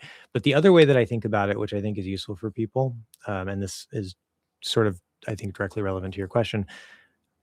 I've started thinking about it a little bit differently in addition to the percentages, which is there's natural sounding, which to me does not mean native. It means that you're close enough to where you don't really have much of an accent in terms of like a foreign accent. So you like say if you're a Japanese speaker, like you don't particularly sound Japanese. Maybe there's like a hint of it in there, but you don't really sound like I'm not picking up Japanese. I wouldn't be able to guess that you're Japanese, but you still don't sound American necessarily, right? There's still like, okay. But like your rhythm is maybe working well enough, your posture is working well enough, your sounds are working well enough to where it's like, yeah, you're fairly stable. You sound pretty natural. Okay. Then there's native like, which is like, okay, it's natural plus you're almost sounding native, almost sounding perfect, where you would be able to fool me. But that's that like 99% or 99.9% where it's like there's something in it that I'm not sure. It's like some people would probably say you sound like a native, but my ears are saying not quite. There's still that little tiny bit somewhere in there. So when I say native like, most teachers would probably say you sound native. Um, And then native is where my ears are fully satisfied. Like, and I grade hard, which my students appreciate. I grade hard. I'm not one of those teachers that say, "Oh yeah, good job," blah blah blah. If we're in the process of things, you're still getting it. You're spiraling. You're improving things, and so I'm not going to make you like go 100%. Right? You're not going to get native sounding on day one. Okay, fine. Um, but as we get up there more and more, and as you're stabilizing more and more, you're going to get closer and closer. Um, and I always try to grade you hard. It's just I'm a little more lenient in terms of all the pieces earlier on because there's things that are more important. So like say your valve is off in your that's a big problem. If your 5 is a little off in your but your valve and your 3 are working, that's good for now. You can continue to refine the as you go because you just have this little problem in the 5, right? So I'm very practical about it. At the same time, you're going to be practicing these things over and over throughout the course. There's vowel warm up or vowel scales and all kinds of warm up exercises that you do to continue to try to refine things. It's all built into the course. That's a big long-winded way of saying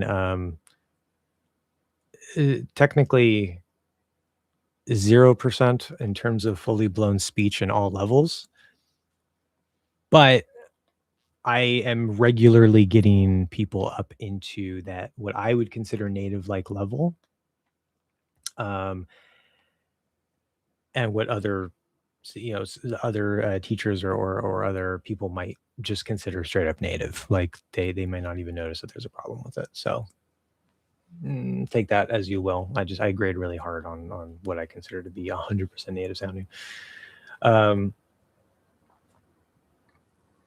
So yeah, you'll definitely at least get to native like if you do the work. I don't have a time frame yet. I don't have enough data to guarantee that. At least 6 months, minimum 6 months, probably longer. But I can guarantee that if you do the work and you're at least average in your ability to acquire languages, most people are average, so that's probably you. I can guarantee you that you'll at least get natural by the end of the course. Probably native like, maybe. I can't guarantee that 100% for everybody. But a lot of it is on you, right? Are you doing the work outside of class? Are you putting in the minimum amount of effort? Are you using the right techniques, right? Because if you don't do the things, if you skip the warm up all the time, it's going to be a bad day for you down the line, because the warm up isn't just a warm up. It's part of the course to help you continue to reinforce and spiral into things. So you have to be doing the things that I tell you to do. Okay. Anyway, I assume the wall thing was still being taught. Also, the last thing I'll mention there, just because it's popped in my head, the current version of the course, especially with like the new house framework, is the best version of the course has been by far. A lot of people who have worked with me or who are even still working with me started either, say, I don't know, 3 months ago, 6 months ago.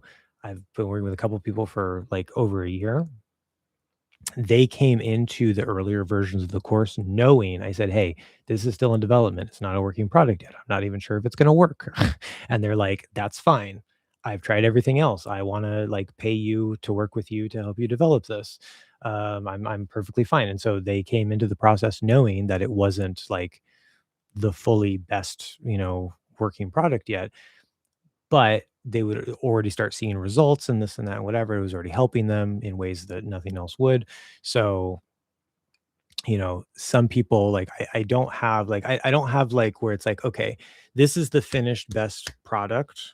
And then from here until this length of time, I've, have all this data to say, oh yeah, I can take non-native regularly in this amount of time all the way. Like it's always improving and evolving, but I think just in the last like 3 months, maybe 6 months, but the last 3 months in particular, I really, really, really got a good solid working course, to where I'm like, I know what I'm doing. I know what works.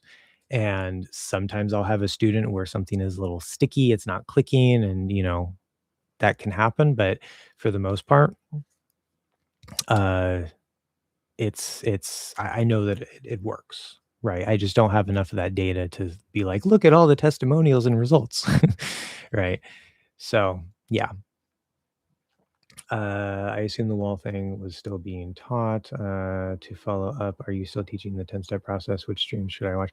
Okay, yeah. So that's a good question. I know, because yeah, that's part of why I'm trying to do more frequent live streams to like keep you guys updated on things, because I sort of like disappeared for a while, and then I made that like first like live stream update where I was like, hey, there's all these new things. Like there's the bell and the wall and all this, whatever. And then I don't even like use half those concepts anymore, because it's like the next live stream was like 6 months later and the next one was like 6 months after that.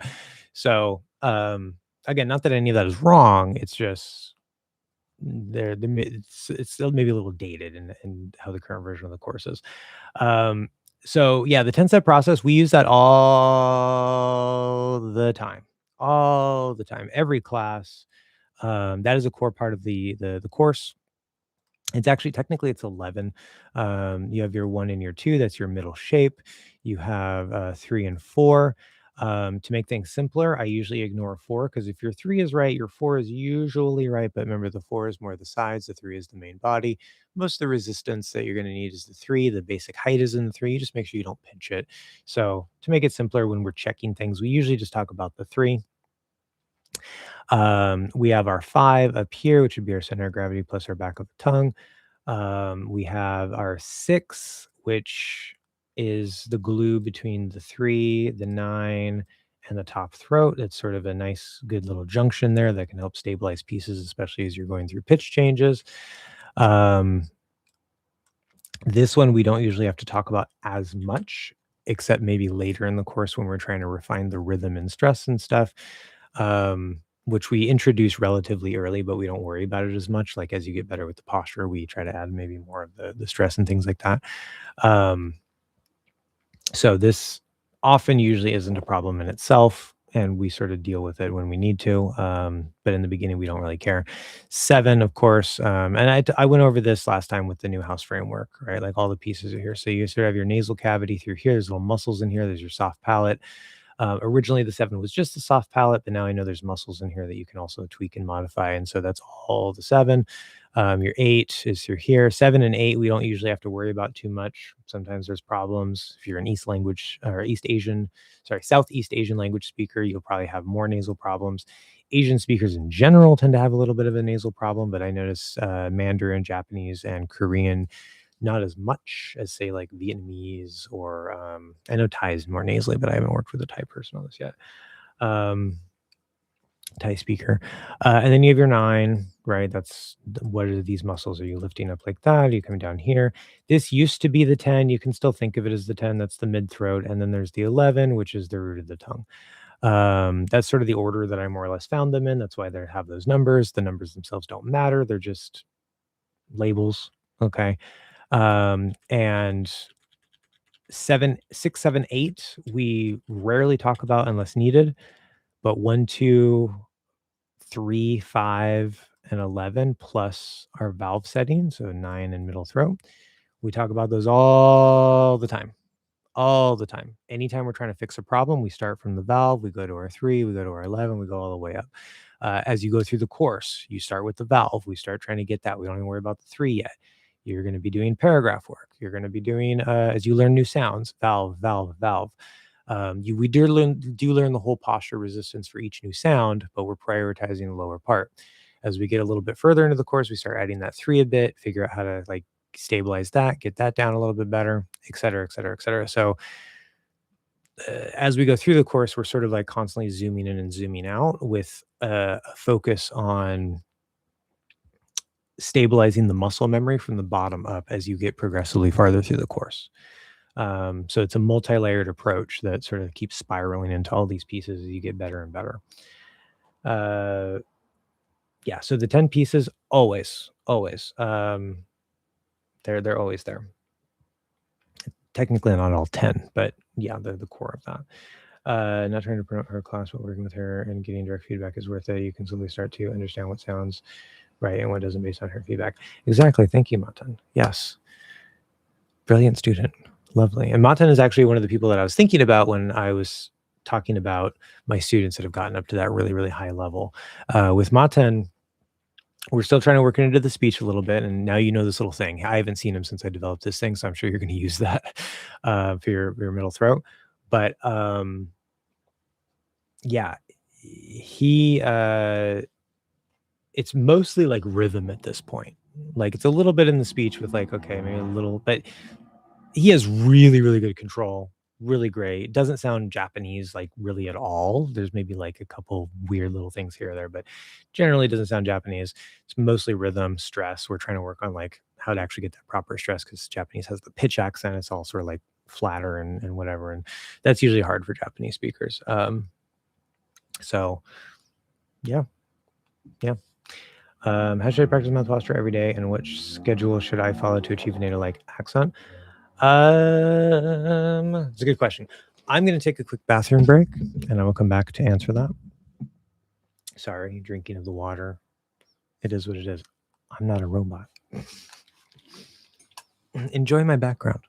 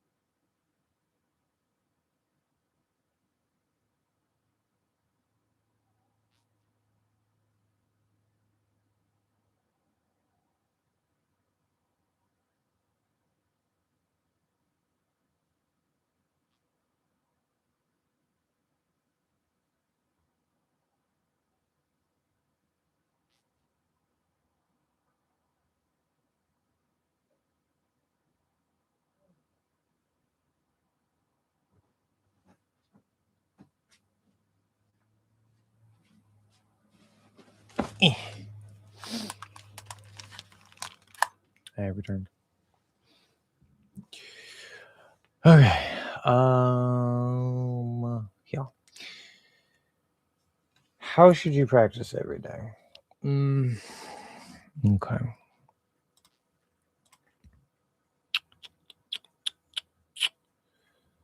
Which one am I looking for? This one. I have too many tabs open. Okay. So I think I went over this before. This is your guideline. Let me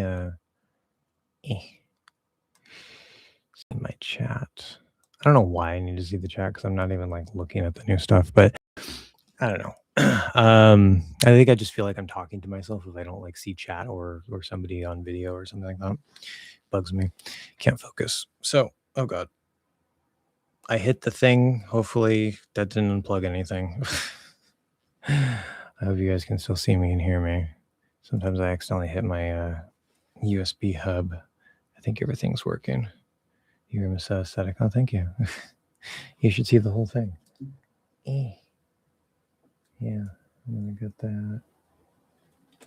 No, that over there. It's kind of a mess, as I said, and then I got that over there. Anyway, it's gonna go really good in my other videos from my other channel,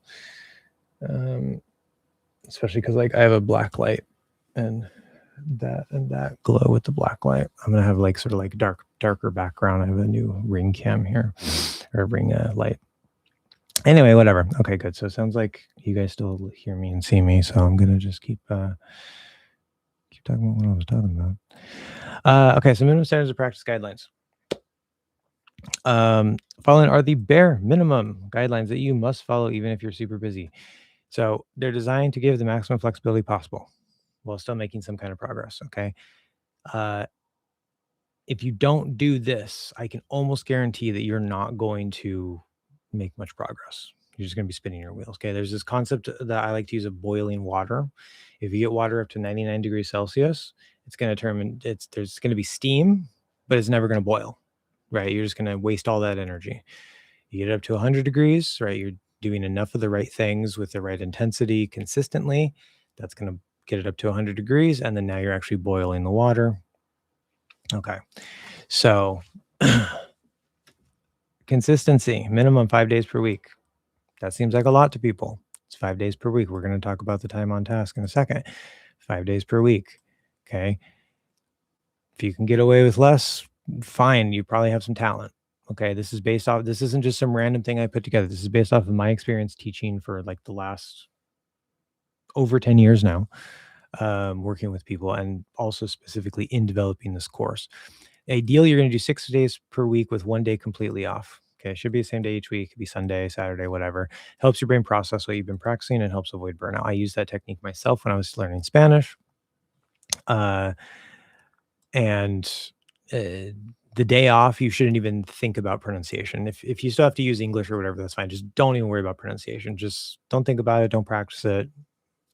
Whatever. Okay. Let your brain rest. Optional, you could do 7 days per week. And this is technically you can do it, but some people they say, hey, like if I stop one day, I'm probably not going to pick it up or it's going to be hard to start back up again on the next day. Do 7 days. Okay, that's fine. It depends on the person, but six is the ideal. Time on task. Okay, minimum 30 minutes of intensive practice. We're going to talk about what intensive practice means. Minimum 30 minutes. Okay, it's not that much time. If you can't make 30 minutes every day, at least 5 days a week, to sit down and do intensive practice, why are you bothering? You're looking for something that's like you're looking for an easy answer that isn't going to give you the result. Like you're not willing to put in the work. Okay. So this doesn't mean like you don't have to practice 4 hours a day, right? In fact, 4 hours a day is kind of the maximum based on research of this sort of like deep focused intense work. Past that, you don't really get much benefit anyway. So you only need 30 minutes a day. That's it. Okay. It is based on homework. So in your case, if you're not working with me, that would be based on like, working through the course, right? I put out a video based on the end of the last live stream, sort of going over the rough course guideline. Whoops, course guideline through here, right? So you kind of have an idea of what to do when and all that stuff. Where am I going? Okay. And that includes the warm up. You got to be doing the warm up. Okay. This is the lowest possible minimum, not even recommended. Progress will be slower, or might be slower, but I do have people that make pretty good progress doing this. Okay. At least 1 hour per day is ideal, including the warm up. So minimum 30 still needs to be intensive. Ideally, the whole hour will be intensive, but if you only have 30 minutes to like sit and focus and then 30 more minutes, maybe as you're driving, for legal reasons, I don't recommend to do it while driving, but I do. Or, whatever else, then you can get extra repetitions and do some extra practice when you're not intensively focused on it. Right practice, intensive versus extensive. Intensive is where you are sitting down, you're focusing, your phone is on silent, right? Whatever, like no distractions. You need your brain power. You're going and you're going slow when you need to go slow. You're paying attention. You're making what I like to call micro adjustments, little tiny changes in your 5, little changes in your 3, sometimes big changes depending, but you're just again using the bottom up the house framework approach. You're trying to identify like, okay, why don't like you're comparing it to me. There's reference recordings for everything. Okay. Right here. Reference recordings for everything. Here. Share, copy link. Bam. There you go. Google Drive. All the recordings. I think there's like 2 or 3 recordings I need to update, but that's in the later part of the course. So don't worry about it. Everything you need is in here. Okay. So if you're practicing the E, find the E. Okay. It's going to be in phase 2, section 1. Okay. You have the E both directions. It's a transition from to E to and then you have E said sort of slow and then just said at sort of a more normal pace. You have all the references you could possibly need. You listen to that, you practice it, you record yourself, you compare your recording to my recording. So you're focusing a lot on your ears, you're focusing a lot on what you're feeling, you're making little changes to make it sound more like the actual recording. That's the type of deep, intensive type of practice you need to be doing. Breaking down the word using the breakdown technique, like we talked about before, if needed. Going slow if you need, right? Like slow it back down using the technique. So if you're doing a sentence, I like it, you say, I like it. The helps you reset and make sure that you're at least keeping your base posture. You can do this again, feel, I like maybe your is good, but when you say I, maybe you go I, and this comes up. Okay. So you're monitoring, you're paying attention, you're trying to keep things stable, et cetera, et cetera, et cetera, et cetera, et cetera. Again, we learn how to do all this step by step in the course. Extensive practice is just basically extra. If you're, say, monitoring this while talking to yourself, that's also a form of extensive practice. You're trying to do more rather than a small amount deeply. but you're focused on just like that one piece, right? Um, or if say you're doing the dishes and you're going like say you're doing your vowel scale, e, uh, right? Because you don't have to pay much attention to the dishes or whatever it is. You can get extra repetitions, right? There's extra, just like at the gym, right? You get those little extra repetitions, right at the end there. It's going to help. So this is your main practice. If you're not doing this, you're wasting your time. This is extra practice. If you just do this, I have had people make progress, but it's usually pretty slow. It's not as fast as they could go. And honestly, I think the people who, they're like, "Oh, I usually practice while I'm driving my kids to school or whatever." And they do see some improvement, and I think that they maybe have a little bit of talent. Uh, but the average person who doesn't do this, based on my experience, just stop. Just give up. Like, it's not gonna work, okay? You need to be doing this 30 minutes a day, 5 days a week, okay? And you must use the reference recordings, okay, regularly. That doesn't necessarily mean every single time, but especially if you're trying to find a sound or you're trying to like, okay, where's the problem, blah blah blah. You should be using the reference recordings. I have students who they do a sentence and they submit the homework, and I'm like, did you use the reference recording? And they're like, no. And I was like, I can tell. you know, again, it's a half step. It's you need a reference. You can't just practice the stuff and avoid. You need a reference to try to match. Okay, if you don't have that, you're trying to like, I don't know, trying to walk with one leg or something. Again, speed is a variable. You can go faster, go slower, et cetera, et cetera. Okay. That's how you should practice.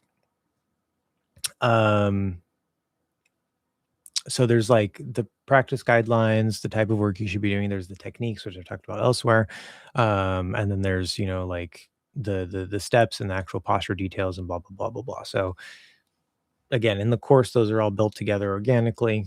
But that should give you some idea of like what you should be doing.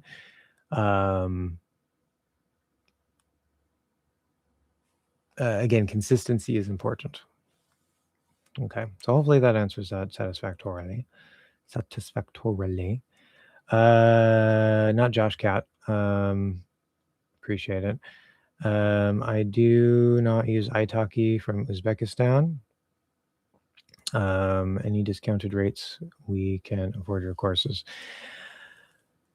So I have been thinking recently to do like a temporary discount. It still would be expensive. Right now I charge $80 an hour. The lowest I can go is maybe $60 an hour. And that would maybe be like a discount for like a week or two period. Right now, like if I had at least 3 or 4 classes every day, or even just 5 days a week, I would be doing okay, even though like the economy sucks right now. But because I don't have enough classes, I'm usually having to spend most of my day doing DoorDash and trying to make extra money for that. Mostly just to pay the bills. I'm trying to sort of catch up on things, but mostly it goes to paying the bills. So like the economy sucks. I know like the global economy probably isn't doing that great, but the economy here really sucks. We're like literally the whole country is just waiting. Like when is the bottom going to drop? When is the bubble going to pop? When is the next Great Depression going to hit? Because it seems like it's like right around the corner every day. We don't know the future, so I don't fear monger or anything. Who knows? Maybe we can avoid a catastrophe, but sentiment is not good here. And so I mention all that because like I'm working my ass off pretty much every day. Like I hit a wall and I had to sort of like stop recently where like I had to just like take a day off because I was just like I can't keep like driving all day between my classes. Um so it's kind of hard for me to like offer discounts and stuff. If I had enough students regularly, that's part of why I'm doing this live stream. I'm hoping to like, hey, look, there's this thing, take my classes, um, which you don't have to, right? Half of my whole thing is like, you don't need a teacher. Do the things that I tell you and, whatever. But a teacher is useful. A teacher is good, especially with this course. I guide you through everything. So I do need more students. I do need more classes. Uh, and if I had enough, then I would be much more willing to say, hey, let's like for a week, I'm going to drop the price down to $20, this flash discount sale, whatever, schedule, whatever you want to schedule. Um, I don't usually feel it's fair to like say, hey, oh, this particular person, I'm going to give it to you for $40. Like that's not really fair. I understand people are from different places and, obviously like the value of your money might be a lot less and this and that. And I try to be mindful of that, but at the same time, like I have to make enough money to live. So, like my prices were really low for a long time. Like when I started the mouth posture course, I think I was charging like $30 an hour for the course. And of course, it was a new course.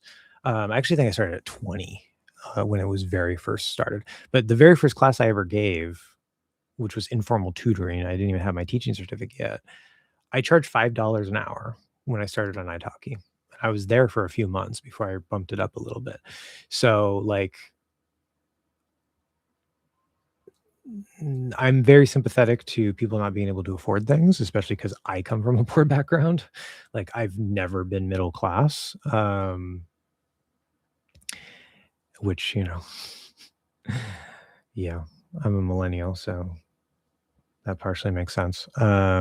We kind of got screwed 6 ways to Sunday, but uh, it's not tenable right now. It's not much of an option right now for me to like, I'm not in a position to offer it. Again, I might, because I think it could bring in some more students, I might offer a temporary discounted period, but it wouldn't go lower than $60 an hour. Like that's the best you're going to get. So if you can't afford $60 an hour, I'm sorry. There's not really anything I can do right now. You know, if you share the channel and spread news of the course and other people who can afford that take the classes, and then I have more students and I'm in a bit more of a flexible position, then yeah, so maybe if you help spread the word of the class and the course, eventually it'll kind of come back and I can offer something a little more cheaply as a discount. um but yeah, it's a little problematic. So I would say no. That'd be the short answer. At least not right now. Yeah, read the channel description.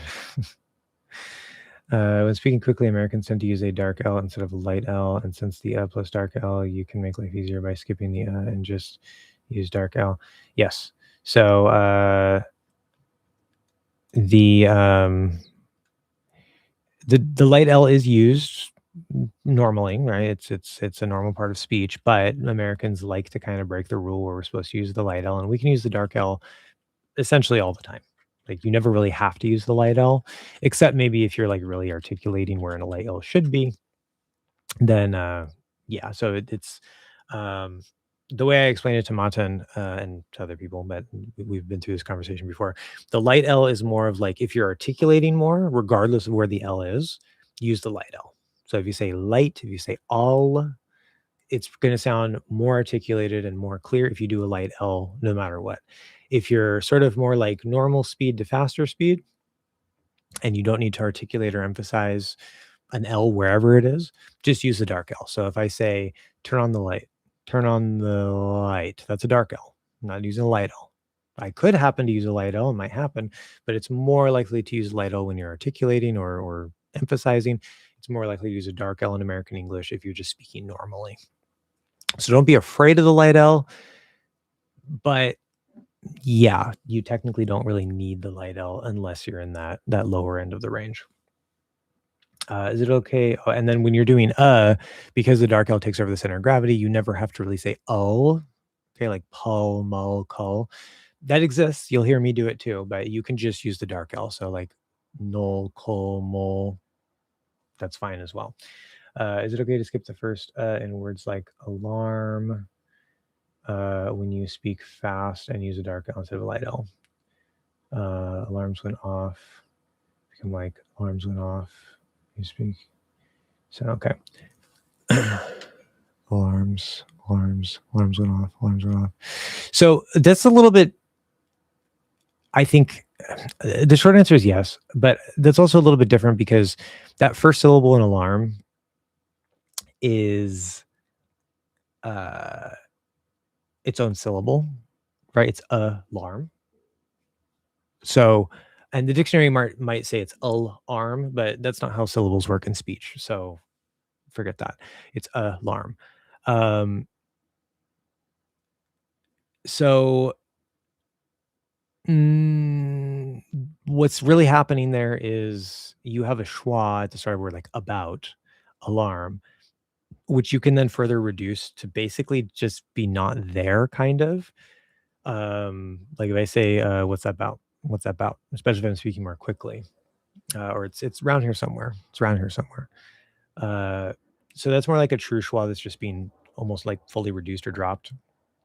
It's not exactly the same thing. When we talk about the L plus dark L, that's the vowel. That's in the same syllable. So dull ultimate, like you said, it's a different case. So you can happen to do what essentially results in the same thing, but for a different reason. Um, yeah. Yeah, they say, yeah, I was walking down the street and all of a sudden alarms went off. Alarms went off. All of a sudden alarms went off. Well, sudden, I'm already in the L, so I'm doing a light L, or I'm already in the N, so I'm doing a light L. And then suddenly, right? Suddenly alarms went off. Suddenly alarms went off. Alarms went off. Alarms went off. If you're speaking quickly enough, that would be perfectly understood. Like, yeah. Reduce. Okay. What exactly do you and other native English speakers use when speaking? Do you speak from the diaphragm, the chest, the throat, something else? Okay, so we don't speak from the chest. We can speak from the chest. That is more of a tool to use in singing, to use in projecting your voice, like if you're on stage giving a speech or in a play. It does exist. Maybe there are some natives who more naturally speak from the chest. I don't. Um, so there you go. But you should feel vibration in your chest. If you put your hand here and you don't feel any vibration, you're not doing it right. It's just the vibrations aren't centered here. This would be more me speaking from my chest. It's actually kind of hard for me to do, but I immediately start sounding louder. I start sounding clearer because now I'm sort of projecting because I'm sort of digging down into that chest and getting my vibration lower. I don't normally speak like that. So our voice placement is actually here at the bottom throat. So if you're thinking of speak from in terms of like where does it sound like the voice is centered, that would be bottom throat. But that's just one way to look at it. We speak from the mouth.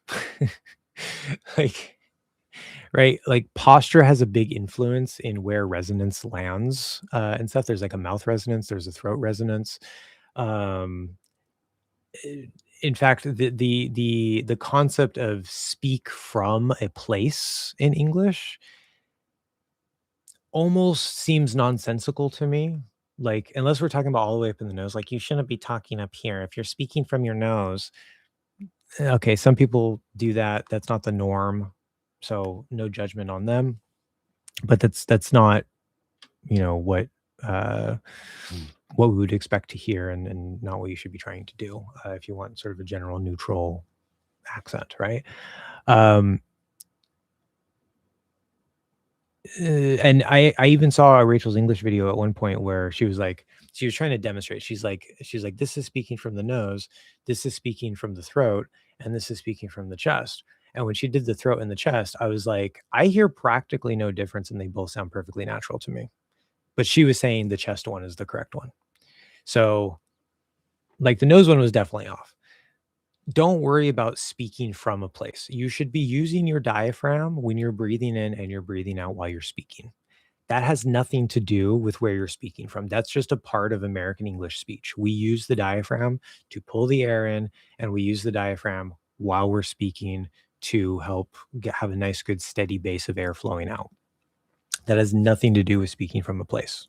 You could say, I'm speaking from my diaphragm. That would be an accurate statement. That's one way to look at it. But you're also speaking from here. You're also speaking from here. It doesn't really make any sense to me to think of it that way. Um, Depending on the context, depending on the student I'm working with, depending on the exact question they have about certain things, I might adopt that language a little bit. Like you should speak from here, not from here. Sure. Um, but overall, I don't think there's just a simple, like, single answer to that adequately captures everything. And that doesn't even talk about posture. That sort of like skirts around posture. So the posture is going to be much more important than where you're trying to speak from, if that makes sense. In fact, if you get the posture correct, it will take care of where you're speaking from. Usually, sometimes we run into some issues, but if you use the diaphragm correctly, you get your posture correct, you get your vocal tract all in the right settings, your voice placement's going to go into the right spot. You're going to sound good. Your resonance is going to sound good. Okay. Usually, we don't have to directly modify those things if you do the posture correctly. What does hinge mean in mouth posture? So hinge, so I've talked about this in a few videos before. It's always good to review and bring it up for people who don't know. The hinge is technically the fourth tooth. Now, I didn't discover the hinge. I did independently discover mouth posture. And then I tested my idea, I verified my idea, and then in the course of that research, I found that there is a little bit of scientific research on the topic, um, as I continue to try to further explore the idea and start building a course out of it. And in that, one of the very first things that I found from, I think it was a research paper from the 60s or the 70s, there was a British researcher who coined the term hinge. Both British speakers and American English speakers have the hinge. It's a little bit different between the two, but we both have the hinge. And what that is when we have that middle shape. Again, I can't speak for British English. I think that they might be a little higher and flatter. I don't think they have the same shape that we do. I'm not sure on all the details of British English, but we have that middle shape for American English. And the part of your tongue, again, your tongue should be pulled back, but the part of your tongue that is roughly the line between the front of the tongue and the middle of the tongue should be touching the corner of that fourth tooth. In British English, based on what I've heard and seen, it seems that they actually have their tongue a little higher. Maybe they still have the same shape, but they hold it higher, because I've heard it described like they're actually up here, more on like the inside of the tooth instead of the corner, but we're lower. And so we're more around the corner. So you're just touching with sort of that start of the middle around the corner of that fourth tooth. Now, that is a guidepost. It is not a requirement. If I say ah and ah, you're not going to be touching. You're going to stay roughly lined up approximately. And when you go back up and close, you are going to touch it. Most sounds will be touching the hinge. Some people get confused by that. They're like, how am I supposed to do ah while still touching the fourth tooth? You don't. But it needs to stay lined up. It's a guide. Okay. What's more important is the shape. You need to keep that shape at all times. That's your 1 and 2 in the posture numbers. And why is it called a hinge? Well, it's called a hinge because we use the front of the tongue differently. If I go up to a T and I'm focusing on that fourth tooth, it feels like the front of my tongue is working like a door. I don't go like this, I don't go like this or anything like that. The rest of my tongue stays low, it stays back, and then the front of the tongue will lift, close up into the T. It's like a closed door, and then it'll come back down and relax back into the up position or wherever it needs to go after that. But it feels like a door opening and closing. So it's like the hinge of a door. Okay. Again, the posture, this digs in to support it, this digs in to support it, so it can help lift itself, but it also sort of pushes a little bit into that fourth tooth in order to give itself some stabilization and lift. Most languages, when they work the front tongue, number one, your tongue is already higher. Number two, you tend to push your 11 that way, your 3 that way, to help get that tongue more into place for, say, like a T or whatever it is. And they also tend to have a little bit of tension here to help give a stiffer front tongue that, you still have some flexibility and stuff. I'm sure you still move it around, but it's not as much as ours. Ours is much more relaxed. It's just sort of like a nice free swinging door. So in combination between the fourth tooth, the 3, the 11, and then not having this here, that tension there, the front of the tongue can sort of, in a relaxed way, open and close itself for ta da na sa za sh ja cha ja, more or less. There's a little bit of pulling back for that one, but it's still pretty relaxed. All those front sounds. Okay. So that's what it is, and that's why it's called the hinge. That researcher coined that term. I just took it because, we're both talking about the same thing. I don't claim to have coined that term in any way, so I give credit for that. Most of the posture I've discovered on my own. Like I saw some in the research, there wasn't a lot of research, and I was like, well, there's no more research, so I'm gonna figure it out. So yeah, I probably have more knowledge about American English mouth posture than almost anybody on the planet. Certainly, I would assume more than any English teacher. Again, there's a couple dialect coaches that really seem to know more about posture. I ran into them in my early research, so they're probably more experts than I am because they know like how to get in and out of like southern accent posture and British accent posture and Australian accent posture. I don't know all those details and I don't care. Um, so yeah. um, This may also may not be important, but I have my question about lip movement. Supposing you are teaching strictly. Okay. There are many variations to produce an individual sound, pushing the corners forward or backward, front biased only, and sometimes no lips at all. Okay, I have a little pushback on that. But what about in the overall movement of the lips while speaking? Should we only use the middle part of lip to push outward and the corner is mostly relaxed, but the directional tension is also down and back? Okay. So the way the lips work, the lips are always front biased or forward biased. It doesn't matter what sound we're talking about. Okay. You could be not using the lips at all. They're still forward biased. What that means specifically will depend a little bit on the exact sound, but the concept is always there.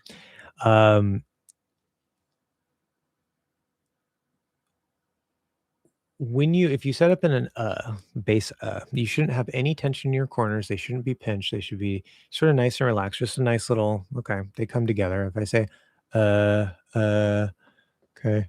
I know I'm in a small camera right now. Let me actually change this. Stop sharing. Okay. Yeah, my lipstick's all messed up. Whatever. Okay. I'm not like this. I'm not like this. I'm not like that. Okay. A lot of languages pinch here, just very slightly. That's part of the base posture. We don't do that. You gotta be nice and relaxed. They just sort of meet in the corners. Okay. Okay. That's your starting position. From there, we have e, I, and ow.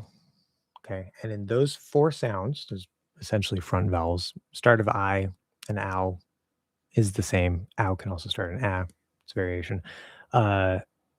But in those sounds, I can, like I just said, I can pull my lips to the side. I don't have to. I can also say I can, I can, I can.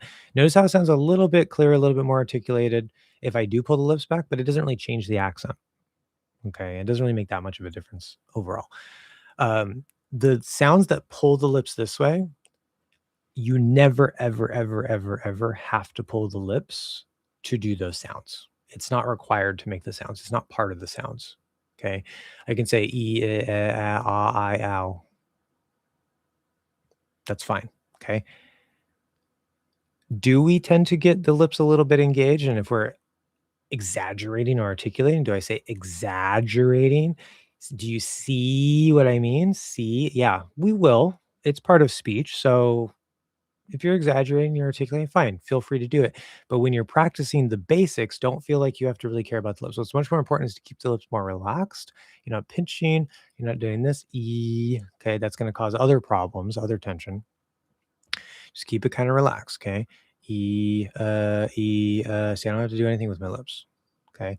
Once you get used to that and all everything else, the sound is good, the posture is good, then you can maybe worry a little bit about this. Now, most languages, when they do an E or an E, they do seem to kind of naturally pull it a little bit anyway. So you just got to make sure that you're pulling it in a way that isn't pinched.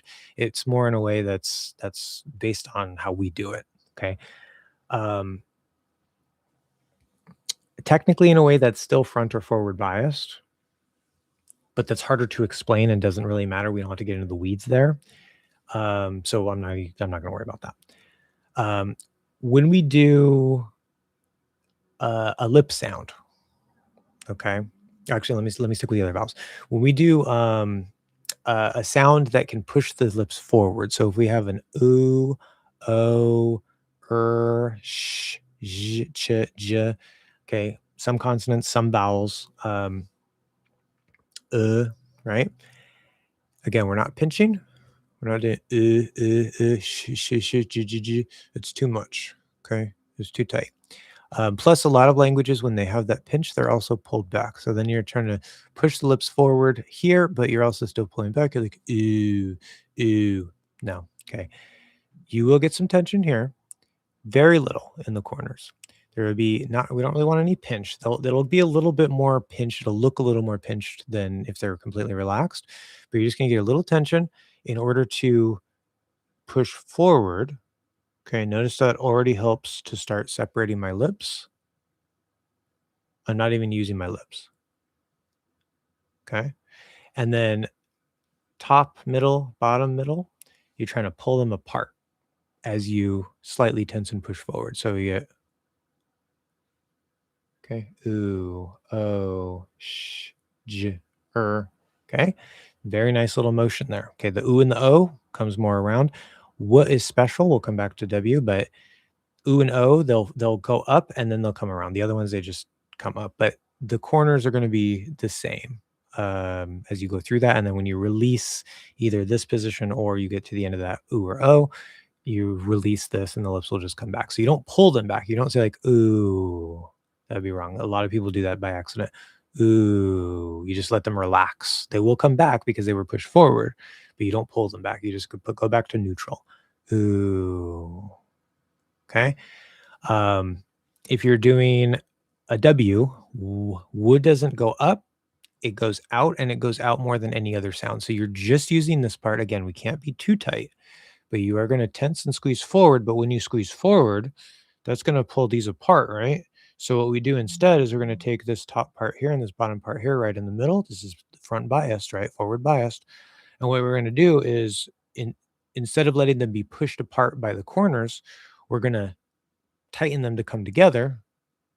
Now you're in a W. Ooh, ooh, ooh. Okay. So the W is the combination of this with resisting the lips going up and redirecting them toward each other. You're just adding an extra step. Instead of the first one, you add a second piece.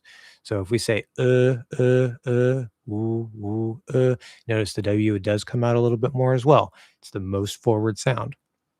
W is a little special, but again, it's still forward bias. We're pushing forward, the lips are coming forward. We're bringing these 2 points together, and you're going to get a little bit, you'll see lines, like you'll see little lines sort of going towards the center. Okay, but we're using those 2 points to bring them together, make a nice little round shape as we push forward. That's what helps create that shape in the W. If you're doing a p, b, m, or a f, v, we just use the bottom lip. Top lip stays relaxed. If it gets a little tense or moves slightly, it's not a problem. But f, f, f, f. Now you see that maybe this looks like it's pulling back. I'm actually not pulling back.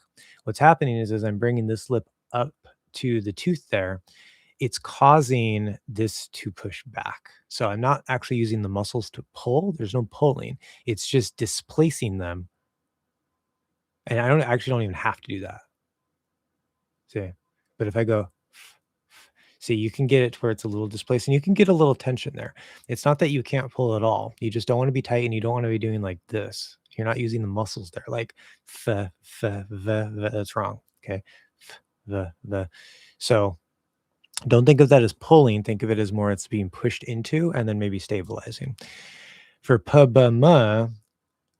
we use top and bottom lip. Again, we're bringing, and when you're doing the f, we're focused on this part. We don't care about this so much. We're bringing the middle, again, forward biased. That's what that means in this case, forward bias. We're bringing the middle of the lip up to the teeth, okay? I have these big buck teeth, so it looks a little different, but okay. If you're doing p, b, m, again, the middle points from the front, you're bringing these 2 points together, and then you just make sure there's a seal. Okay, but we're not trying to bring the whole lips together like that. We're not trying to pull them together like, okay. The corners are going to be really relaxed. P, puh, puh. You can see a little bit happening, puh. You get a tiny bit of tension because they are coming together. You do have to get a little seal. From the sides to the corners, you can get a little tension. That's it. No squeezing, just a little tension to help make sure it blocks that puh from coming out. But you're operating from the front, bringing these 2 points together.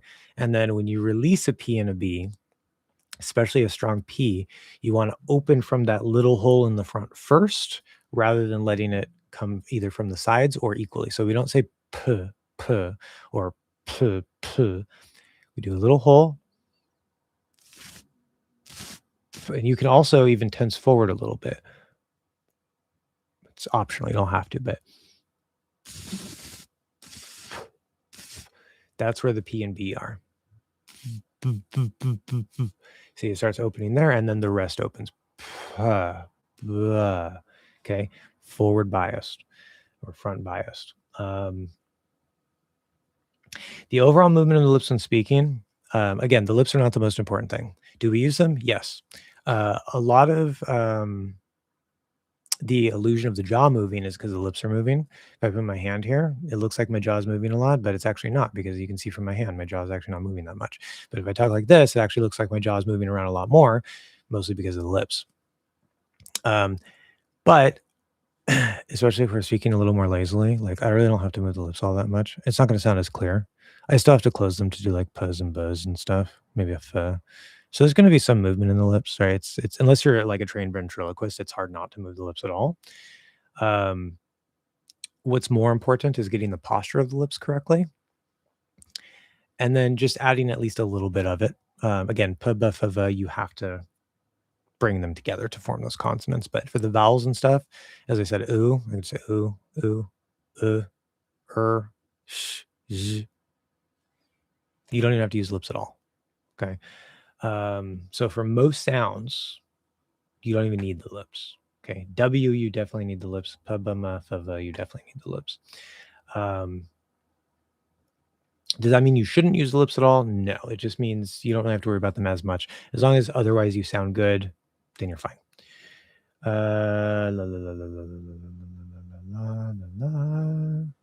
Okay, what part of the tongue touches the 4th tooth? And is that normal if my hinge is touching 5th through 7th tooth? Okay, so the part of the tongue, well, I answered that, right? It's going to be that sort of line between the front and the middle. So the hinge specifically is the 4th tooth, because it's the part that, links the middle and the front and allows the front to act like a door. So it's literally the hinge of the door. Okay. But you can also touch the corner of the 5th tooth, the 6th tooth. For me, I feel like once I get back to the 7th tooth, that's more like the back of the tongue, and it kind of like, I can maybe kind of feel it a little bit, but it feels like the back it's kind of starting to go, down at that point a little bit. And so I don't really feel the 7th tooth as much, but you can kind of maybe feel it a little bit. You should feel the line between like the 6th and the 7th at least. But being on the corner of 4th, 5th, and 6th is perfectly fine. I do that. I call that anchoring all the way back. Apparently not all natives do that. Kevin, welcome. Have you had any students who went from having a strong foreign accent to sounding almost like native speakers after practicing mouth posture for a long time? Absolutely. I've had multiple students reach that point. I have, if Montan is still here, one of them is in the chat. Yeah. I can almost guarantee that you'll at least get native-like if you do the work, and you do it consistently, especially if you're working with me. Working by yourself, I can't make any guarantees because I don't know what you're doing. But I've had people who take my information and stuff, and they're like, yeah, I got a native or near native accent. So I can't verify. I've never heard them. But people comment that sometimes. And so I'm like, yeah, good, great job. Other natives are saying you sound native. Awesome. Almost no learners are able to acquire fully native accents regardless of which teacher they follow. Kat is the only teacher who showed me the ray of light. See, there you go. Duh. Because posture is accent. Well, 80% of accent. Posture. If you don't have the posture, you can't get the accent. That's the thing. And then you have all these pronunciation teachers, which again, no hate to them. A lot of them are great teachers, but they just don't know about it. I don't know if you guys have gone and asked other teachers, like gone to the I'm not saying to do this, but I don't know if you've gone to the comment sections of other teachers and be like, "Hey, have you heard of this thing called mouth posture? Blah, blah, blah, blah, blah," and see what they say. Um, but as far as I know, most teachers don't know about it. So they're kind of really doing you a disservice, especially because posture is the core. Like there's no point in learning how to articulate sounds if you don't know posture. If your goal is not to sound native like or native, you just want to sound more or less natural, or you just want to sound clear, and you're fine having a little bit of your own accent, then you don't need posture. You can get really far without the posture. I did that in Spanish before I knew about posture. I developed a pretty good Spanish accent. So it's not needed to sound good, but it is needed to sound native or native like. Okay. Because while linguists have known the mouth posture thing for a long time, Cat seems to be the only one. Exactly, that's what I'm saying, right? Get ahead of myself there. Mhm. Hi, Cat. Welcome, Tony. Besides teaching on Italki, what else do you teach? I only teach on Italki. The reason I only teach on Italki is partially because I have ADHD, and I'm not going to say I'm autistic because I haven't been diagnosed, but I'm like 99% sure I'm autistic. And so because of that, among other reasons, I find it a lot easier to just have one centralized platform where everything is. Um, Italki takes care of time zone differences. So if you live halfway around the world and you schedule it 3 a.m. your time, that'll just translate into whatever my time is. I don't have to calculate that. Um, Italki takes a fee, unfortunately, but it is what it is. They provide the service. They link me up with students and stuff. It's just easier for me to do everything there and have one source. Everything goes through Italki. Like it reduces my cognitive load. I don't have to worry about it. I just see what I have on my schedule, show up to class. Right. Um, so I don't mess with other platforms or anything like that. Hi Kat, do you think you'll be able to make videos more regularly again like you did in the past? I'm pretty sure you don't have to say hi Kat every time. I think you already asked something. That's fine.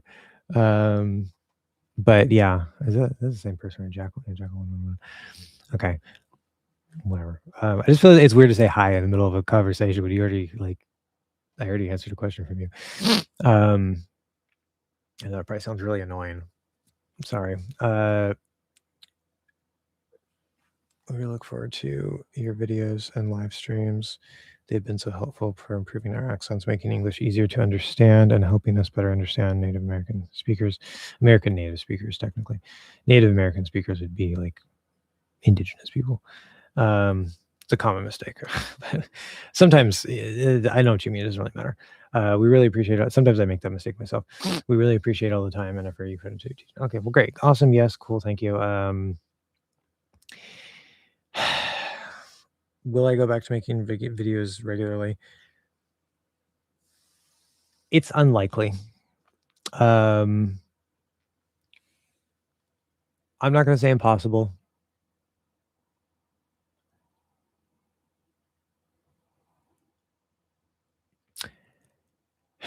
I don't really want to go back to making those videos for various reasons.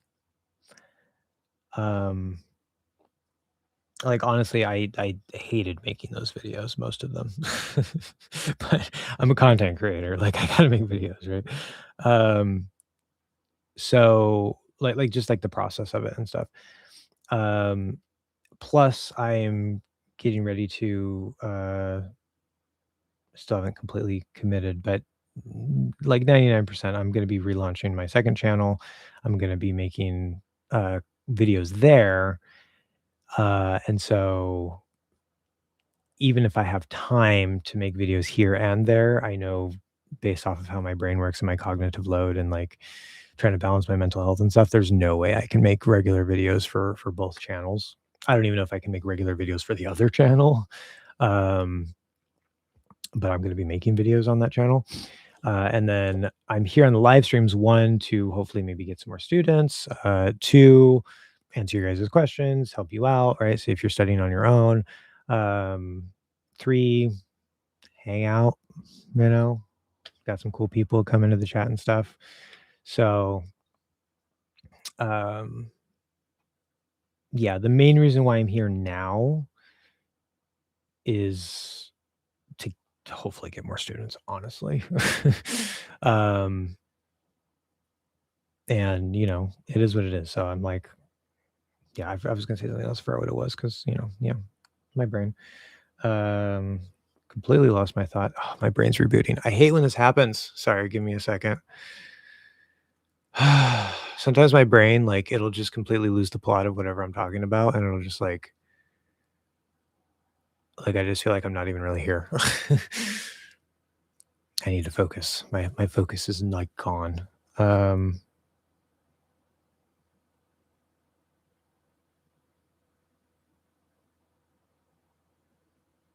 Something about live. Oh yeah, that's what I was gonna say.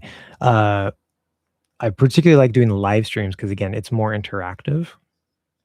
Where the videos, it's like, okay, yeah, there's comments and stuff, but then I have to go answer comments and you know, yada yada yada. So like I try to keep up on comments, but oh, that's right. Somebody had a question that I was gonna answer in this live stream.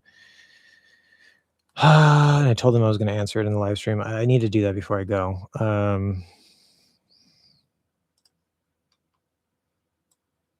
Question, comment. I'm just gonna, that's an A, and I don't know. I'm just gonna write this here. Okay. Anyway, sorry, I was writing on the board. I realized you guys can't see that. But yeah, in the live stream, it's more interactive. I can just directly answer your questions. It gets recorded and made into a video of itself. Sometimes I might, you know, cut out a piece of it, so it makes it easier instead of me actually like going and making a video. It's like already there. I just cut it out. So this is like much more manageable for me with where I'm at right now and with the type of content I want to be making for the channel. So I know that you guys like want me to make more regular videos and go back to that, but like honestly, these days, like I only teach pronunciation and I only teach it through mouth posture, and like I kind of don't really have anything to talk about unless I have like new techniques for the course or new realizations from the course, or you know, like I was telling you guys earlier about like how to monitor your valve. That's a new thing. I was like, well, I'm going to do a live stream. I might as well mention it. So that's why I titled this one Answering Questions, because like I don't have any content for you right now. Like there's nothing for me to make a video about. um so I'm just continually trying to improve the course, working on that in my professional life, doing live streams to help you guys out, answer questions, get new students. And then the rest of my life, I'm doing whatever I'm doing, you know, outside of that. So yeah. That's probably the main reason I'm not making more videos because like I mean there's things that I could talk about like in grammar and this and that, but I don't want to teach any of that, at least not right now. Like I'm happy doing my pronunciation course.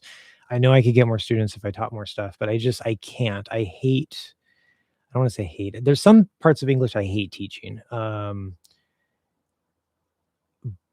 But I love teaching pronunciation, relatively speaking. And the other areas, it's like, yeah, I have interesting ideas and the way I explain it helps people and blah, blah, blah.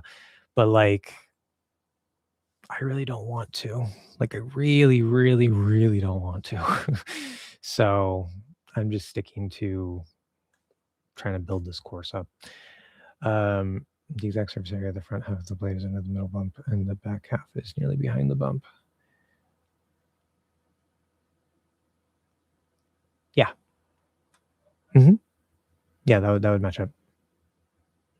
If you're doing a regular T or doing the dental T in the same spot, that just sounds like regular alignment, regardless of the sound that you're doing. Could you please go over number 5, number 7, and number 11 and 3 in your American posture lesson again? I really appreciate it. Okay, we'll do a little review there. What are we at? We're at 2.5 hours. I'll go for at least another half hour. So keep that in mind. I do have to get to a couple things on the board as well as the rest of these comments. So keep in mind we are coming to an end. Try not to overload the chat because I try to get to everybody, but with questions, you can say whatever you want to say, but limited questions. Okay, so I'm not sharing my screen. Good thing I remembered that. Sometimes I forget. Okay, so That's sharing right now. Okay. What were we saying? Where are we? Okay. 5, 7, 11, 3. Okay. So we have our house, right? Which I showed you guys before. Files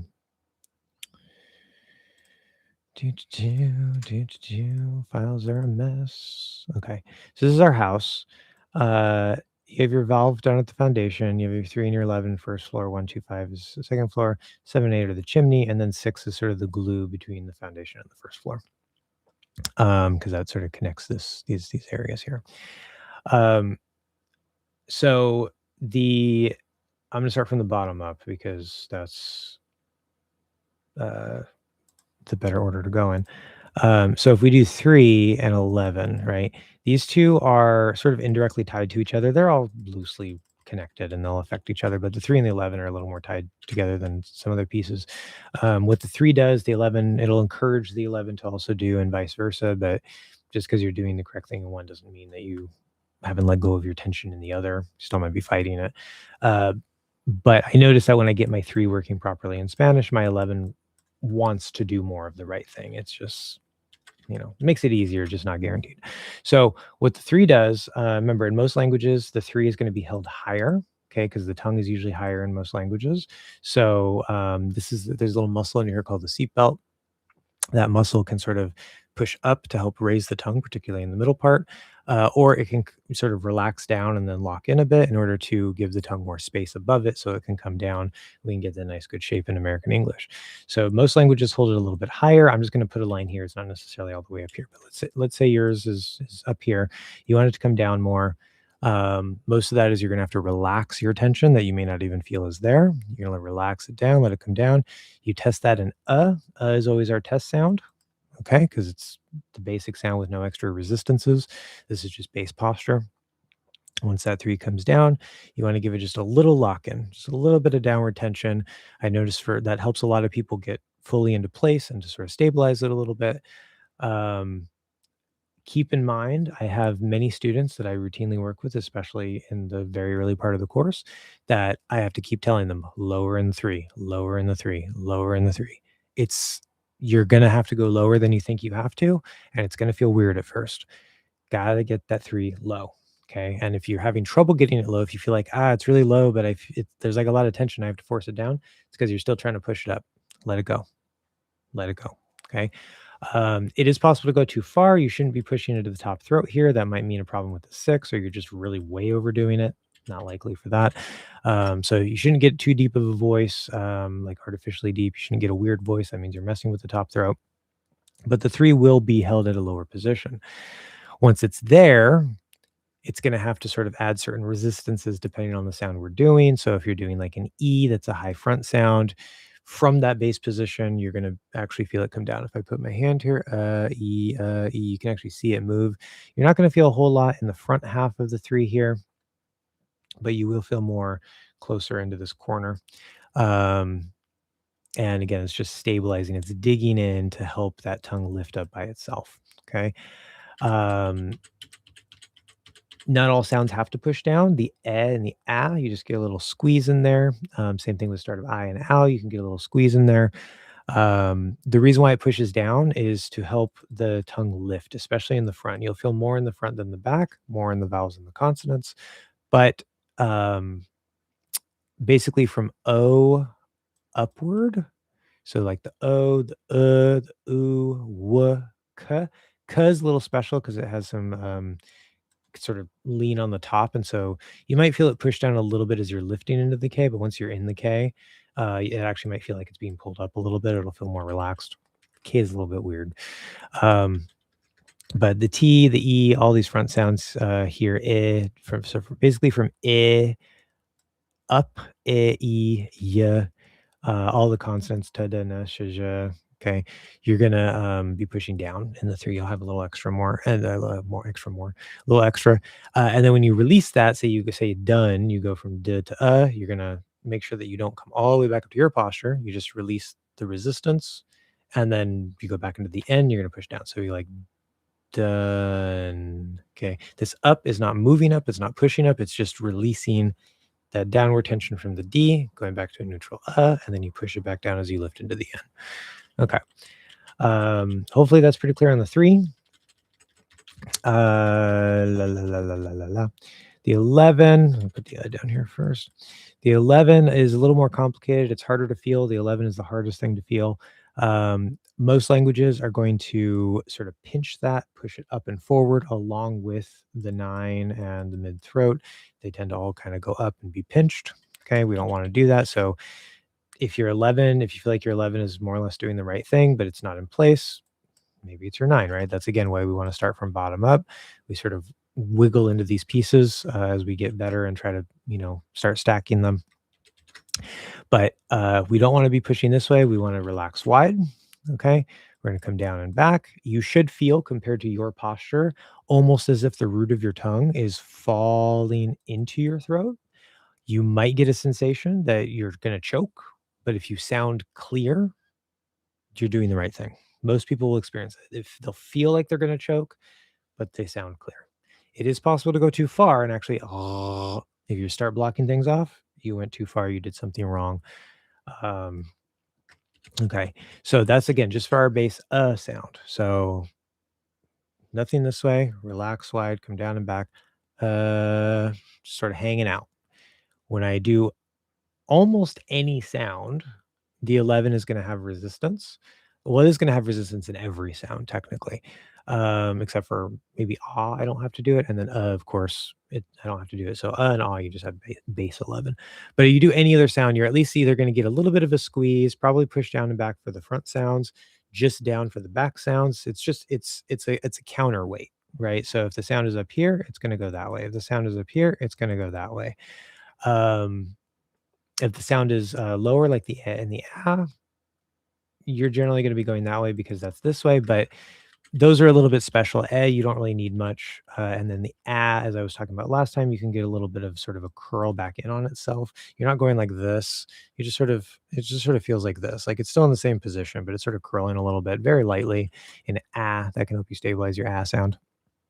And then in and ul, instead of getting down and back or down, what we're going to do is we're going to get a wheel. And still trying to pin down the process.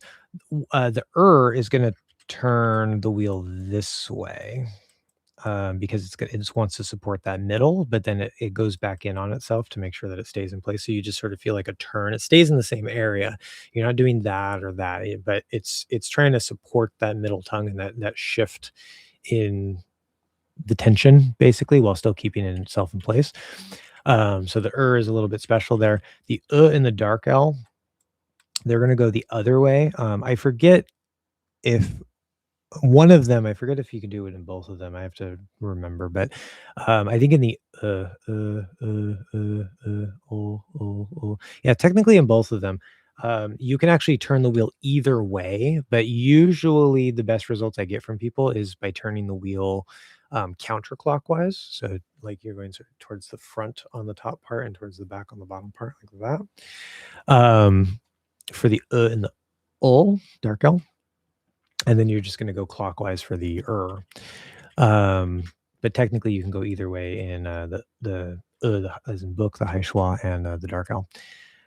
So the 11 is a little bit weird in some of them, but it's usually just a counterbalance. And like the higher and tenser the sound is, the more you're going to dig in. The higher and tenser the sound is, the more you're going to dig in, et cetera, et cetera. It's just like sort of an equal and opposite counterweight for most sounds. The 7 is going to be not that. I don't know. I don't know what just happened. Why am I on the magnifying glass? When did that happen? Okay, that's weird. I guess I accidentally clicked over here. The 7. Oh, I probably hit a hotkey. Okay. Anyway, that's technically the soft palate right here, right? A little fleshy part at the back. But I have more recently included basically the entire nasal cavity here as part of the 7, because working with Vietnamese speakers, I realized that there's actually little muscles in through here that you can sort of tighten or widen. And that can change the outcome of how you sound in multiple ways. So where everything in American English goes down and everything in other languages tend to go up, the soft palate is going to be the reversed. So in most languages, the soft palate tends to be lower. In American English, soft palate is going to be higher. Okay, so you're going to be holding it up more while you're speaking, and the nasal passage. It seems like in a lot of European languages, except maybe Portuguese and French, which are very nasal. So like Spanish, German, um, Hungarian. We have a speaker who's sort of Hungarian and German. I don't have as much experience with that. And I can't think of languages right now, but you get the point. They tend to kind of already have this more or less the way we want it for American English. It might be a little bit of an issue. It's usually more for Asian language speakers, especially Southeast language speakers, that this nasal cavity needs a little bit of tweaking usually. It's not that big of a deal most of the time, and there's usually things that are causing bigger problems, so we don't usually worry about it unless it stands out. So what we want there is where everything else goes wide. Again, the nasal area is going to be the opposite. So just like the soft palate is the opposite, we want everything, say in like the tongue, the throat to be nice and wide. Our nasal passage is going to be more narrow. Okay, so the soft palate comes up, it deletes some of the space, and then through the whole nasal cavity, you're going to sort of squeeze a little bit to reduce some of that space as well. So all of that is the opposite of the normal directions. But again, between languages, there might be a little bit of a flip there. Depends on your language. Okay, that's the 7. And then the 5. The 5 is a combination of the center of gravity plus the top of the back of the tongue. Specifically, not the middle part. This is where we articulate the back sounds. It's going to be the front third and the back third, plus the center of gravity. The reason why I include the center of gravity within the 5, even though it's part of the middle, is because when the center of gravity and these two pieces of the 5 resist, they always resist together to the same degree. There's like 2 sounds that make an exception to that. But that's generally the idea. So this is going to dig in this way. This is going to dig in this way. This is going to dig in this way. The basic position is just down, back, relaxed, wide. If you're just doing you want to make sure you're not pinched, you're not up, you're not tensed forward. Nice and open, nice and low. And then if you do any sound, you can get away with without adding resistance. But if you do any other sound, you're going to have some sort of like digging in there. And that's going to feel a little different depending on where the sound is. If you're going up for a T here, it'll feel sort of like you're scooping. Not that the position is drastically changing, but the tension shift will feel like that. And then if you're, say, going up for a K, it's going to feel a little different because we are lifting that front part, and that's going to bring some of this with it because we don't just use the middle. But the resistance, the directional resistance, is going to be trying to dig in the other way as the sound tries to push up to form. So the 5 can be a kind of abstract and hard for some people to understand at first, but that's all it is. It's just the back of the tongue plus center of gravity. Make sure they stay stable. Okay, so that's a little review of those pieces. Hopefully that makes sense. If you have any further questions, I can follow up on that. But otherwise, I'm going to move on. You always explain things crystal clear the best. Awesome. Thank you very much. Hi, Kat, is mouth posture, and welcome, Jess. Is mouth posture for a New York accent different from general American mouth posture that you teach, or are they mostly the same? So that's a very good question. When it comes to some of the more regional accents, like a New York accent, or like a deep South accent, Georgia accent, Texan accent, whatever, I'm not as aware. I do know that among the neutral sounding accents, which we have like 3 or 4, the sound choices are virtually identical, 99% the same. We have like the cot merger might be different or whatever. The way that we articulate the sounds is virtually the same. The posture setting is virtually the same. There's always going to be a little bit of wiggle room, but it is the accent, right? When you get into like Southern accents, New York accents, things like that, by definition, the posture has to change because if the posture didn't change, the accent wouldn't change.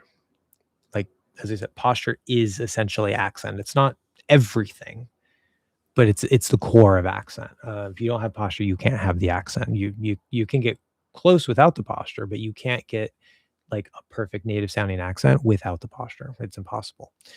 That doesn't mean you have to intentionally learn the posture. There are people who have developed an accent without knowing about posture, but I can guarantee you that they developed that posture through mimicking and stuff without realizing that they did it. New York, I can't really do a good New York accent. I can say coffee, get some coffee, get in the car. Right, it's more of a Boston accent, I guess. But from what I've heard, the New York accent tends to be a little bit more nasal, a little bit more fronted in the resonance. They kind of maybe talk more with the front of the mouth. Like, what's the big idea here? Like, I don't know, that's horrible. But sometimes if I try to mimic Harley Quinn, I can actually do a really good accent. Like, I can't remember the actress's name. I'm terrible at remembering names, but like in the movie, not in the cartoon, from like Suicide Squad.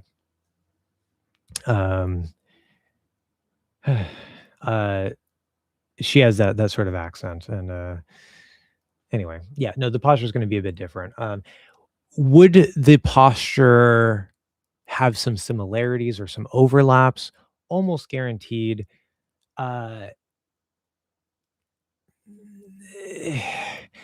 There's some aspects of sort of that like New York or Boston type sounds that, like, for example, like they didn't roticize in some of these variations, regional variations, not all of them. They didn't roticize the R, so they sort of kept that from like the older British pronunciation. So they said "car" instead of "car," right? And so is that an articulation thing? Is that a posture thing? Probably an articulation thing. It's hard to say. I'm not an expert on all that. I don't really care. I will say that trying to do more of like a Texan accent, Texas geographically and certainly not politically, but geographically and accent wise, they seem to be sort of like this middle bridge between like the Southern accents and a general American accent. And I feel like the posture is almost identical. There's just a little tweak to it. And then they articulate things slightly differently as well. So, it's going to vary from accent to accent, but if it's an American accent, there's probably some things shared. Again, British English shares some of the posture with American English. That's a completely different dialect or, whatever. Like, so is it exactly the same? No. Yeah. I don't know. Yes and no. That's the answer. You look gorgeous. Oh, thank you. Vision is here. Vision. Go to class, damn it. I know you were doing a thing. I know you had a special thing. That's fine. I'm not mad at you, but go to class. I haven't seen you. Oh my God. Anyway, that's another one of my students. You too can be like Vision and not come to class. Yes, no, thank you. I sound terrible, but thanks. In posture placement, the gums will not move or push down to produce TD. Only the blade of the tongue will. I don't see how you can move your gums. If you can move your gums, that I think you have a different thing going on. It will move on its own. Same with cutting. Soft palate will stay. I don't really understand the question. Stay high in place and only move. Okay, so well, if we're talking about things staying in place, yeah, air opens those sounds, especially the voiceless ones. But so if you go for a T, this stays where it is. You're gonna resist. You're gonna feel like some tension and stuff, but it stays low. You don't want it to come up. So you go for a T, you go for a D, that stays in place. That's true. Even if you're doing an E, there's a little wiggle room in the E, but if you're doing an E or an I or an E, like any sound up here, this is going to stay low and in place, right? If you're doing a K or G, this is going to stay low, okay? Unless you're preloading like key or preloading the E there, then sure, whatever. But by default, that's not part of the sound, so that's not the K. It's a weird angle. But again, you're resisting. Make sure your posture has the proper tension to it to keep things in place. Uh, so the posture stays low. You don't lift like your whole tongue up here. And then as you bring that back down, the resistance goes away and it just sort of settles back down. Some people, a big problem, people with doing like K, W, U, getting those high sounds, they don't come all the way back down. Okay, so you gotta make sure that you get all the way back after that. But I think that answers your question. I'm not sure. If it doesn't, I don't know. You can maybe reword it. I'm going to class right now. Right now, I'm in a live stream right now. You're not even scheduled. I don't think. Jeez. Anyway. Kat, would you be able to do live streams more regularly? Maybe at least once a week. We look forward to them, and they help us a lot of presentation. Okay. I can try. I'm trying to do them more regularly, at least to get more students. In the short term, I don't always have time.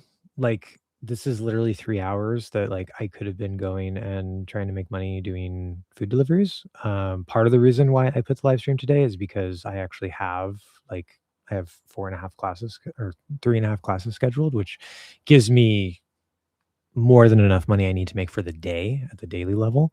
I'm still probably gonna go out working later, tonight anyway, doing deliveries, but, uh yeah, like if I didn't have any classes in a day, it's very hard for me to justify doing the live stream because it's like I need to spend all the time that I can doing my other job because I could literally work 10 hours and maybe make $100. Like, and that's like not enough for me to pay my bills. I need to make more than $100 every day because I'm a millennial and I'm buried in debt. um, in a collapsing economy. So there's that, like I have to prioritize making sure I can make enough money. So if I did have more students regularly, I could probably do a weekly regular live stream because I wouldn't have to worry about going out and doing deliveries as much, right? So more incentive for you guys to, tell your friends, spread the word. Shameless promotion. I don't care. Do what you got to do. I see all the hearts going on. I bet that's all from Vision. If it's not, then that's cool too. But I wouldn't put it past her. She's like, I'm sorry, I'm sorry, I'm sorry. Here's a bunch of hearts. I know you. Anyway, yeah, whoever's giving hearts, thank you very much. I appreciate it. So yeah, maybe. Any plan to upload more clips of your recent live streams? I mean, that takes extra work, extra time. I was sort of in the spirit and the mood to do it recently, and in part of the reason why I did that in the live stream was because I had a student who, he didn't have the ability to record the class. Oh no, he did record the class, but the way that we went over it was like kind of staggered and stuff, and so I wanted to give you guys that new information and everything, and sort of condense it down after I did the live stream because obviously like I was all over the place through the live stream, to have a video so that I could give to him because he was like, "Hey, can you like make a video of this or something so that I have this for reference?" And I was like, "Yeah, I'll just do a live stream and have it for everybody." So it sort of killed two birds with one stone, and so that's part of why I cut that out into a clip. Here, when I'm just sitting and answering questions, I mean, I could probably go through the 3 hours of footage and try to find something to make a video, but, eh, you know, like, yeah. So, it can happen for sure. I don't have plans not to do it, but I don't really have any particular plans to do it either. Um, okay. La, la, la, la, la. After I finish your full American mouth posture program, can I continue studying with you or not? And what would I study after finishing for? I feel like so somebody asked this last stream. I assume it wasn't you, unless maybe you missed my answer. Um, maybe it's just a common question. So all I teach right now is pronunciation, and that's through the mouth posture course, which does technically include the rhythm and the stress and the linking, The focus, especially in the early part, is posture. It's always posture. Make sure that's good. No advanced intonation. I don't teach that. I don't like teaching that. It's too crazy. It's too abstract. My brain doesn't like it. You have to go to somebody else for advanced intonation, but basic intonation is included. So you will get basically everything you need for the accent. But because that's all I teach, there's not really anything to continue studying with me with, right? What should you study after finishing my program? The goal is that my program will give you everything you need except advanced intonation. So if you have like a grammar issue or something like that, then that's something else, right? Go fix your grammar problems, right? I've talked about how to do that before. I don't have time to talk about that today, but if you want me to talk about that next time, come back and remind me, and I can give you that. But in terms of the pronunciation, the accent, the only thing that you would need is somebody to teach you advanced intonation. That's it. That's my goal. I want to give you everything except that. So, yeah. Kevin, Kat, do you have any Vietnamese students? I do. I've actually mentioned that a couple times. It is easier or difficult for Vietnamese speakers to develop a native-like American accent using your mouth posture program. So the Vietnamese students I'm working with, I have one who I've been working with for a while. He joined at an earlier version of the course. He's sort of like, he's here for a while and he disappears and then he comes back for a while. And, I generally don't like that. But he's also a student, and I understand that, there's like money and time and this and that, and he has his studies. And so I'm like, okay, yeah, like, he's generally consistent when he's seeing me. I'll usually see him once a week, but then he'll like disappear for a while. So the point there is like he started an earlier part of the course that wasn't as effective, which he was totally aware of and cool with. And he came to me with a worse accent than he has now. He has had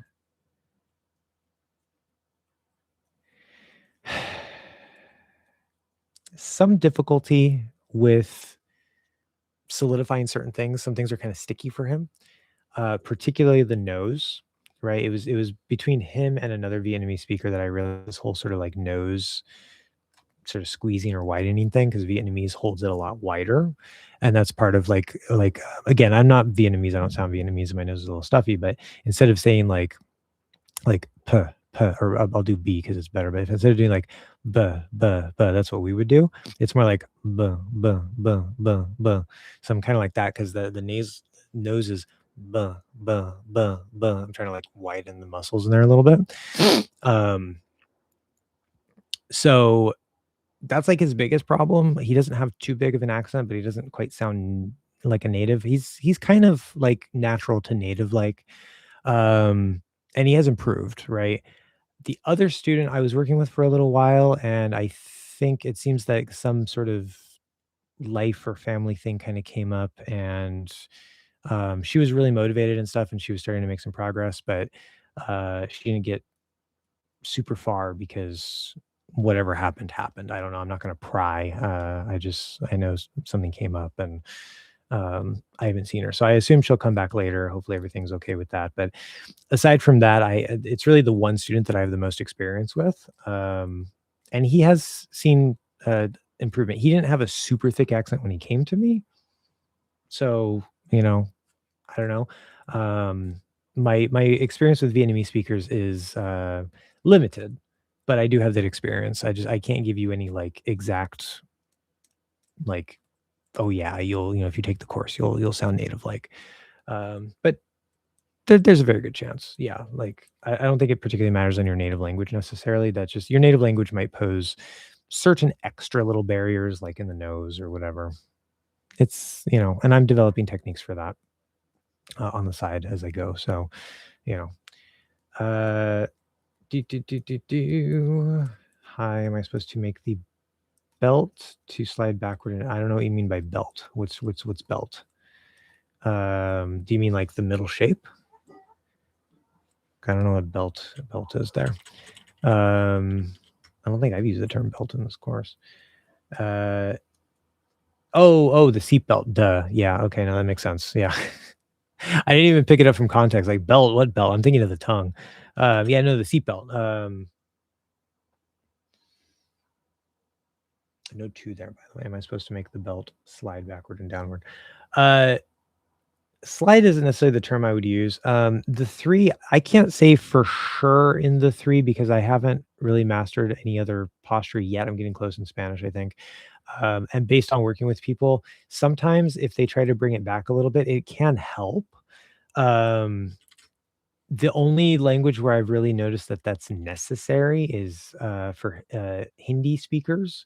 I have a particular Hindi speaker I've been working with that it seems like the 3 is really tensed forward, the 11 is really tensed forward, but they have like maybe a little less pushing up, still pushing up, but a little less than a lot of other languages. So, and again, that's limited. I don't know if that applies to all Hindi speakers, but so you can kind of bring it back a little bit. Everything else wants to go back, except the middle throat that wants to go forward. That's its own little special thing in terms of the forward versus back direction.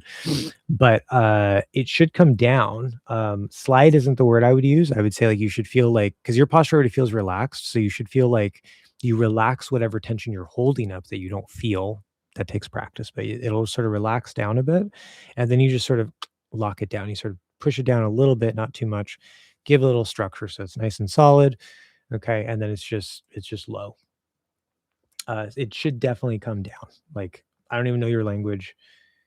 Probably based on the username, I would assume some Romance language, possibly French. I can pretty much guarantee, I can't guarantee for every language and every whatever, but based off of the languages that I've seen, based on the people I've worked with, every single person I've worked with needs to come down in the 3. Okay, so probably yes. And then also, again, there's that third dimension. Don't forget the width. Technically, that's the 4. You don't, but we just use the 3 for shorthand, but 3, 4, 4 is the sides. Make sure you're not pinching in either. If you relax wide on the sides, that's going to help it come down more. Okay. Is it good for beginners to learn? Is it good for beginner learners? It's my problem, not your problem. I misread that. To watch and shadow the Friends sitcom. Friends is very popular. It's a great show. I get that question sometimes. I've done some analysis. Yeah, I mean, it's good, especially from sort of like a chunking perspective, a grammar perspective, a natural speech perspective. In terms of pronunciation, overall, I would say maybe, yeah, probably a good source. It's not necessarily any worse than any other source, but you have to also keep in mind, like in TV shows and movies, people tend to articulate and enunciate more. It depends on the character and the type of show and stuff. But usually you're going to be better off with like podcasts or talk shows where people are talking a little bit more naturally. Not that like they speak unnaturally in Friends, but they tend to gravitate more towards being clear while still keeping like a normal flow of speech. So if that makes sense. So you'll definitely get like a good, clear, articulated version. But if you were to speak like that all the time in real life, you might sound a little over articulated. So like, I don't know. I feel like kind of like I'm splitting hairs. Um, I don't recommend it, but I don't not recommend it, if that makes sense. Like, yes, you can use it. Especially if you're using it for other things as well, like to improve your grammar and whatever else. That, yeah, that's good, especially listening skills. Great for listening skills. That would be what I say about that. There's a short video about a minute long where you explain how to make the schwa sound. It is still valid, or there are some updates. I know I have 1 or 2 shorts talking about like ways to make the schwa, and I think those were all before mouth posture. I don't think I have an individual short specifically for the schwa, including the mouth posture and the way that I currently teach it. Uh, so no. um, there was the shadowing reference library that I was making and then kind of like stopped because that was around the time I stopped making videos. It might be in there. There might be a schwa in there. If you look up like English Hacks shadowing reference playlist or something, you might find it. But yeah, I don't think I have that. But remember, schwa is just base posture. So you do have to make sure you place the sound correctly and that you don't like end up in ah or halfway between and ah. Those are common problems as you start opening up and coming down and back. Maybe your sound was in the right spot, but you're using your posture. And then when you shift the posture, the sound kind of like shifts back. That can happen. So you got to make sure you keep the sound in the right place and it still sounds like an But if you get the posture in place and you're placing the sound on the right spot, you will do a good like it will just happen. Because it's literally it's the thinking sound. It's our base posture sound. So like without the right posture, you can still do an but it'll sound accented, like the French schwa sound. But like if you just get the base posture, I wouldn't worry about forming the schwa itself. Just try to make sure you're sort of under the sixth tooth. You're sort of pushing down and back on that spot because that's how it feels to me. I sort of put the sound, push down and back on that spot of the tongue wherever the sound is. And then the rest is just posture. And the sound should come. Right. I have a last question. For most of the sounds we produce, yeah, definitely I'm gonna have to go. I'm gonna give it like 10 more minutes. I'm gonna try to finish up with what I have on the board. For most of the sounds we produce, the posture placement. So no more questions after whatever's currently there. The posture placement in our tongue is wide and relaxed, but in the sound placement, we can pinch the inner body, not physically, but the tension, static tension, I guess. But the sound placement, yes. Most sounds won't need a pinch, and that's going to be through the middle line. Okay, it's never going to be from the sides. The posture needs to stay relaxed wide. It needs to stay wide, period. The L is an exception to that because it'll narrow the tongue in order to form the light L. But every other sound, the tongue is wide. And it's generally relaxed wide. Sometimes it might resist a little bit, but it's usually going to be pretty relaxed. Okay.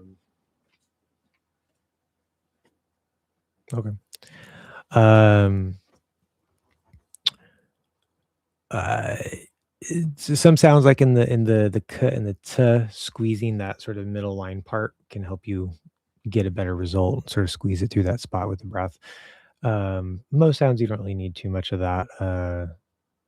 So I wouldn't worry too much about pinching on sounds unless you're having trouble getting the exact right quality. I watched all your YouTube videos. I saw that your mouth posture program has 4 phases, but only phase 0 and phase 1 are available so far. Could you please load phases 2 and phase 3 in the remaining phase when you have time to? Okay, so yeah, so it's a good question. No. So as far as the videos go, so I started making videos as I was like building the course, right? So those early videos, again, there's no like wrong information except that one time I said the 4th or the 5th tooth was the hinge. So I was getting mixed up with the British research. It is the 4th tooth. That's literally the only thing I've ever said that was not right. Everything else is correct.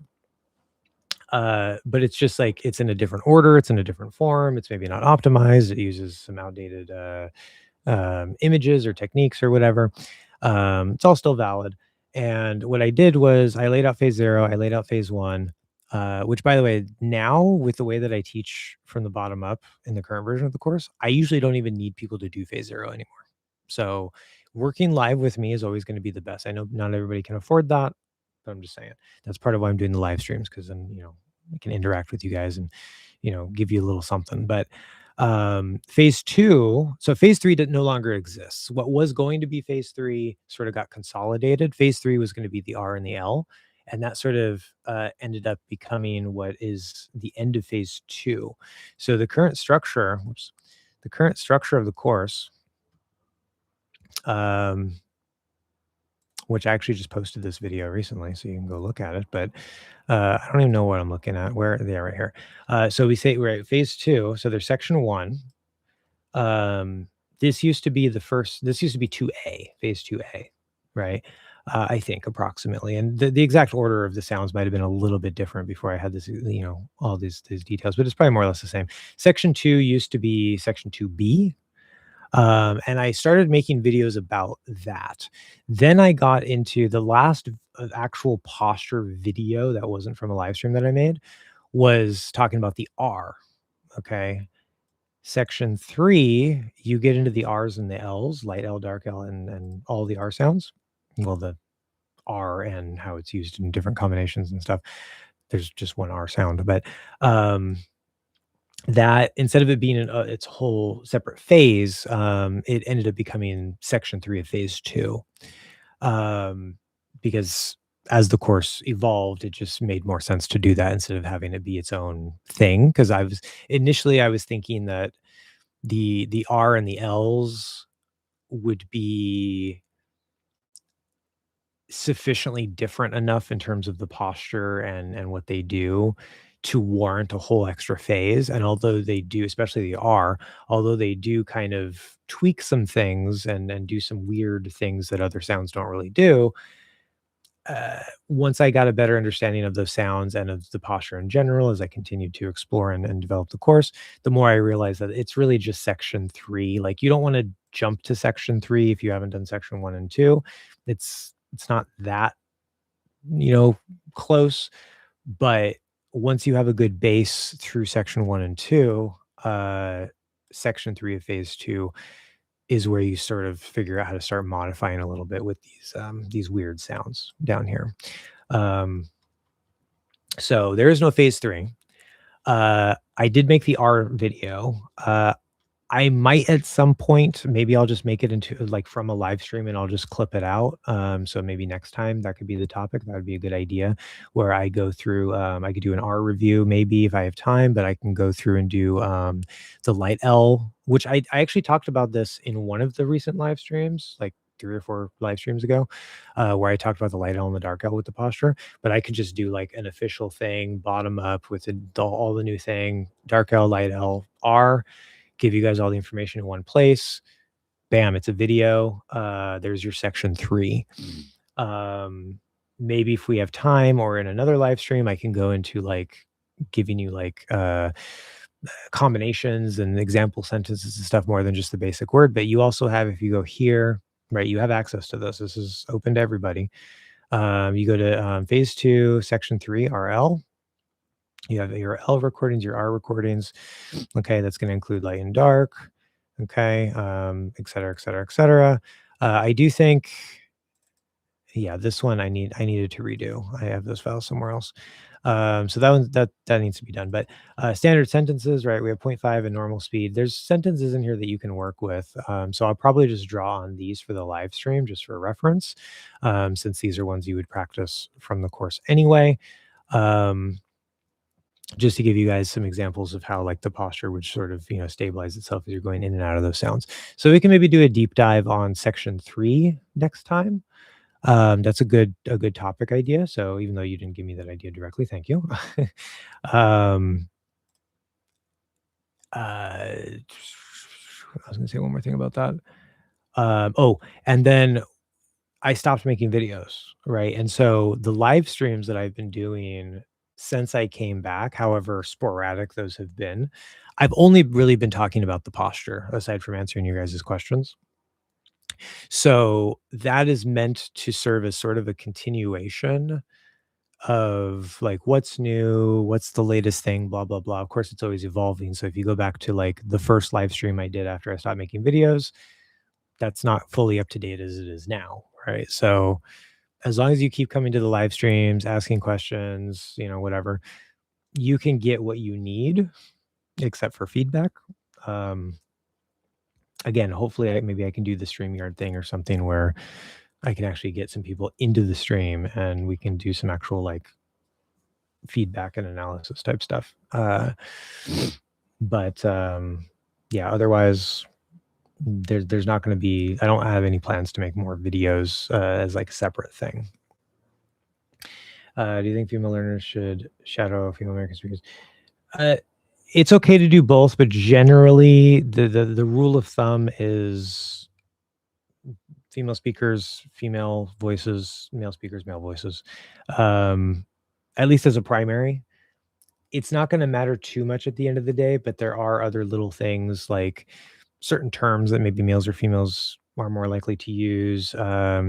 Women tend to have more certain like inflection patterns, a little bit different than men speakers would.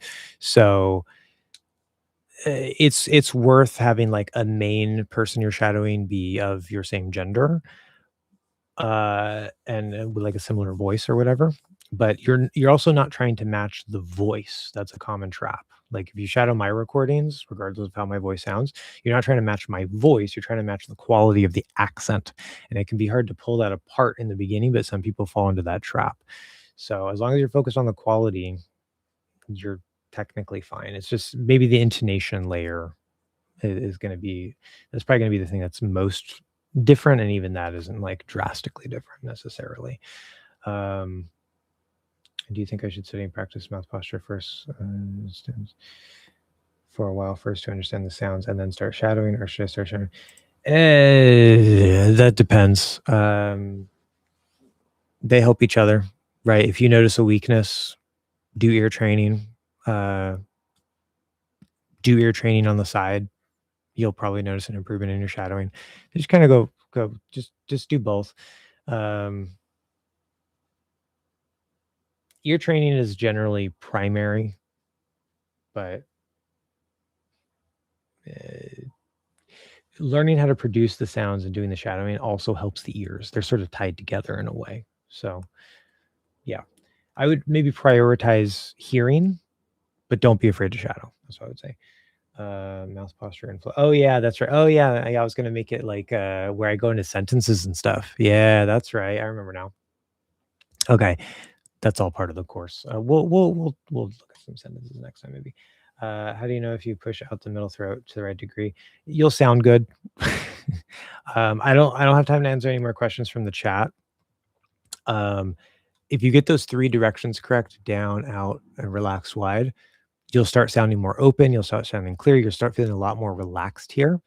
If it's pushed in, you're going to hear some tension like, okay. You don't want to hear that. So you should just feel open and clear. Yeah, Adam's apple is attached to the top throat. So you're going to start at the bottom of the Adam's apple. That's at the middle throat, right in there. Go watch the beginning of the stream. I talked about a new technique to find and monitor the middle throat while you're talking. Okay, I'm going to finish up really quick with, I don't have time for this. I'm sorry. I'm going to finish up with this. I'm going to get to this first thing next stream because I know this was a question last time, if I remember. So we're going to save that. I think maybe that was from Sam. I don't remember who that was from exactly. Sorry. Wait, it's yeah. I will get to it. Let's see. Yeah, I mean, we did the deep dive on the yeah, so that's another topic. Next time we'll go into like the R's and the L's, and then maybe the next time after that, I will talk about this at the start of that to get it out of the way, and then maybe clip that out. But after the R and the L live stream, we'll maybe like go through. Oh, let's do the back sounds like we did in the front sounds, right?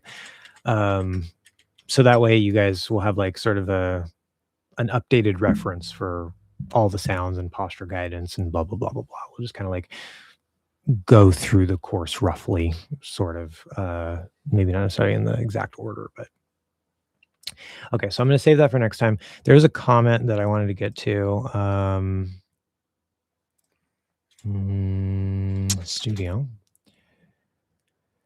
Stupid Amazon ads on Brave. It's terrible. In fact, that makes me not want to use Brave if you're going to take Amazon ads. Where am I going? Community. Okay. Yay. Anyway, I'll get to the rest of those later. Oh, by the way, do you guys see a fundraiser? Because there should be a fundraiser that's showing, but I don't see it on mine. Like it's not showing on my screen. I don't know if that's just because like I'm in the live. There should be. Let me know if there's a fundraiser. What am I looking for? Oh yeah, it's in the recent comments. La la la la la la la la la la la la la la. Did I skip it? I did skip it. Where is it? Should have prepared it earlier. No, okay. We're gonna go newest. Is there an order?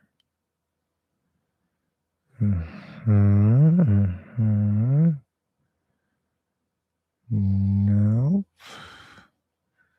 This one. Okay.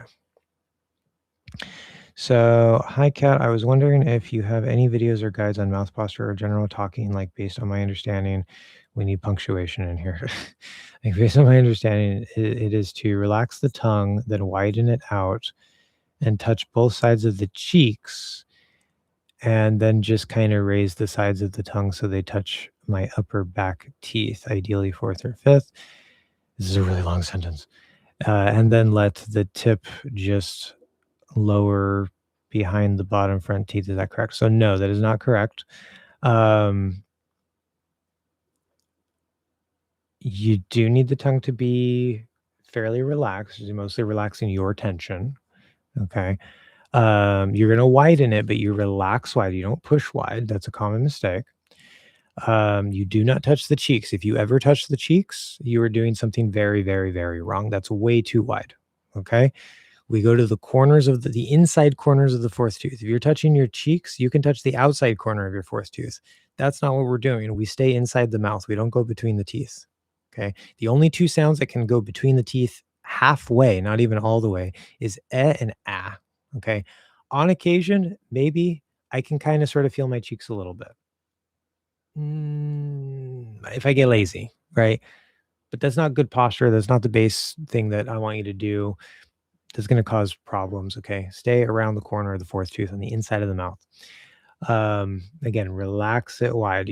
That's why I go 1, 2. We start from this sort of high flat position. We go 1, we go 2. That way you're not trying to lift and push wide. You're hanging naturally from the teeth. Okay. So you're not raising the sides. Technically, you could look at it that way, but then you're gonna have tension. Hang from the teeth. Okay.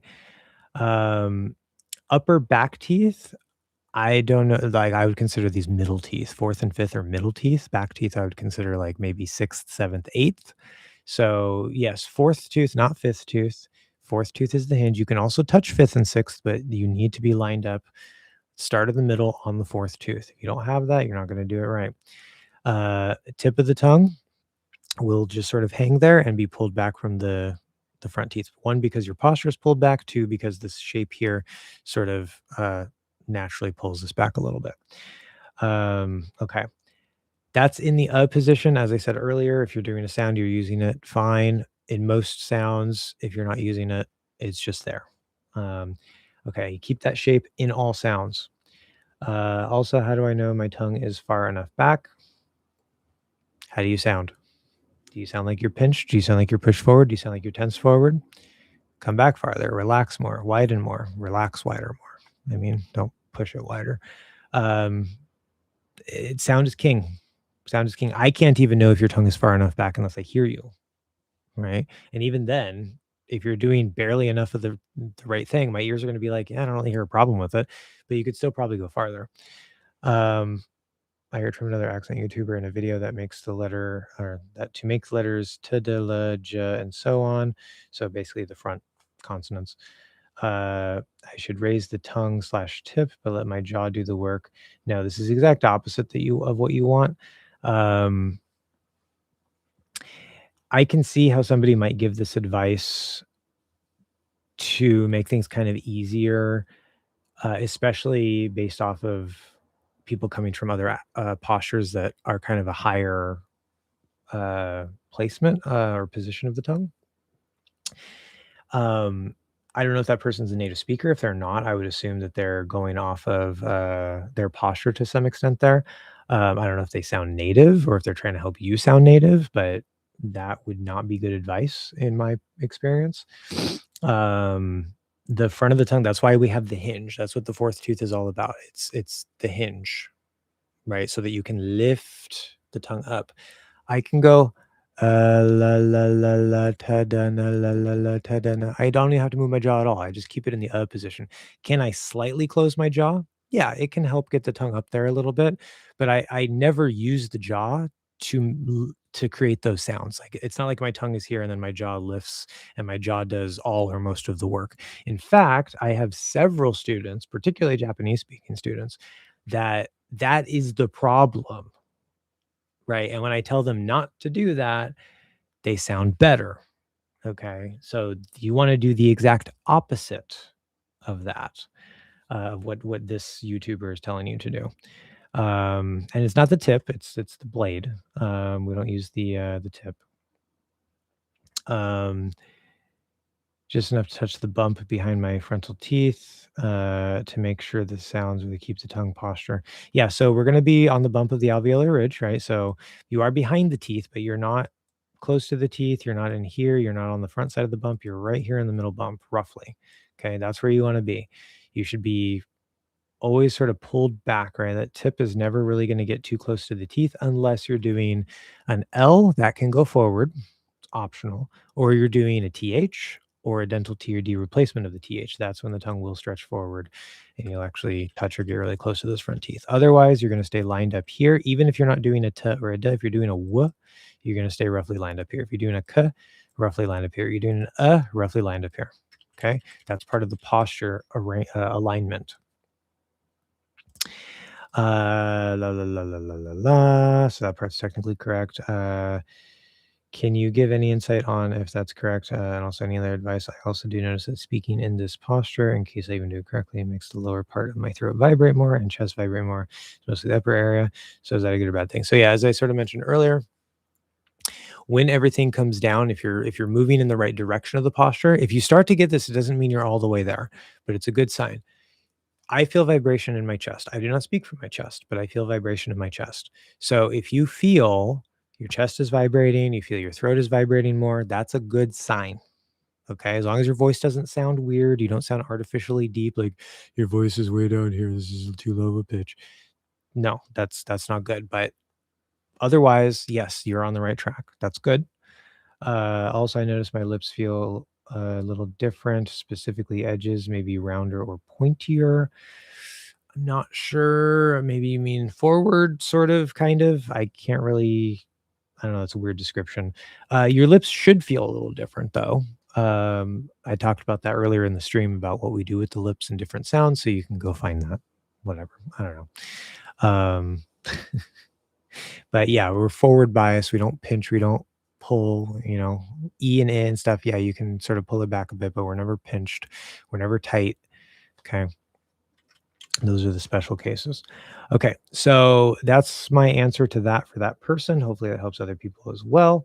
I know that guy, he's a native speaker of American English. Okay. Wait, the commenter or the YouTuber? I assume you mean the YouTuber. Yes, I see a friend. Okay, thank you, Matan. The only person. Oh, Matan's still here. I'm surprised. Isn't it like, what is it, 16 hours? Isn't it like early morning there? Oh, yeah, that's right. Never mind. I forget. You're probably up late. The YouTuber. Okay. Well, I disagree with him. And that's fine. I disagree with pretty much every teacher about something. I even disagree with Rachel's English on things, and she's, the number one English teaching channel. So I'm not afraid to disagree with people. He used to work for Rachel's English, but I forgot his name. Is he the one that like we see the most? Because like I think I know who you're talking about. He's like sort of like he seems to be almost like the number 2 on the channel. He's done like videos and stuff with her. Yeah, I've had some students tell me some advice that they got from Tom, maybe. I don't know his name. If it's the guy I'm thinking of, I've heard some students who got advice from him specifically, and I was like, "Yeah, do this instead," and they sounded better. So, again, everything works, not everything works for everybody. Rachel's English doesn't really know about posture as far as I know. I'm sure this guy doesn't really know about posture, so there's sort of like, not that they're bad teachers or they're wrong or anything, but they're kind of missing a big piece. And so I don't know. I don't know. I'm sure there's a reason why they give that type of advice based on their experience, but I would be willing to bet that that experience comes from a lack of understanding and knowledge of posture, and helping students sound better working with their posture without realizing that that's what they're doing. Because as I said, the tongue tends to be higher and stuff. And so, like, if you use the jaw, maybe that helps you as a non-native speaker to do the sounds more easily, but it's not, and you might sound clearer. You might even sound a little bit better, but you definitely won't sound native. I'd be very shocked uh, to hear somebody sound native following that advice. Um, I see Psycho's correct. Yeah, that sucks. He's African American. Okay, so that's not the guy I'm thinking of then. I will try to find his videos. Okay, you can leave it in the comments. That's fine. I got to wrap this up and go. My class is in about an hour. I don't want to go all the way up against the line. I want to kind of rest a little bit. Um, I'll also get to these comments a little later. But yeah, great. So I might cut one or two things out from this, maybe. But again, next time we will do. Remind me about the A, I, ow, and oi, because I might forget, but I'm going to try to do it at the start of the next live stream. And the next stream, we're going to focus on the R, the L, or R, light L, dark L, both in posture, articulation, you know, maybe some example words. Maybe we'll throw some sentences out there if we have time. Just to give you kind of something, guys, something to chew on for that, get your questions answered for that, because that's sort of for those of you who are maybe you're better with the lower level stuff, right? We can get into that advanced stuff, and then after that, the next live, what did I say we could do? I don't even remember now. Oh yeah, the maybe looking at some of the other vowels and sounds through the posture. Um, in fact, what might be worth doing.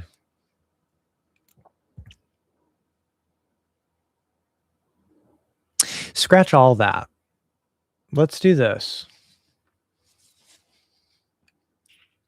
Next stream, I will do the diphthongs just because it was a question last time. It was a question this time. I still haven't gotten to it. So I'm going to do that first thing next stream. Let's do this instead of the R and L stuff. Or I'll let you guys, I'll make a poll because I know some of you really want more information on the R and L, and you're at a position where you need it. But the idea I just got is, how about I do a series of live streams, maybe once a week or so if I can, where I just go through the course. Like, I don't mean like, hey, this is the course. I mean like live with you guys, teaching you as if I were teaching a student in front of me, right? So we go from the bottom up, learn the breathing, learn the valve, learn the 3 and the 11, get a good right. I can't really hear you guys and give you feedback, unfortunately, but we can walk through that, and I can literally just do like the whole course structure step by step in live stream videos that you can then reference in your own practice. I think that would be good and useful.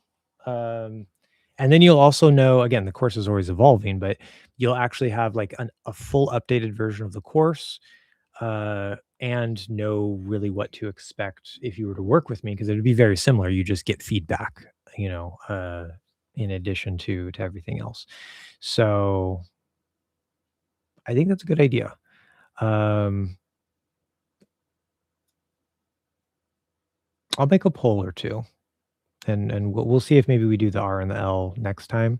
But for sure, after that, we'll do the diphthongs, maybe the R and L next time. But instead of going to like, oh, let's do the back vowels, I'm just gonna like, let's go through the whole course, stream after stream after stream.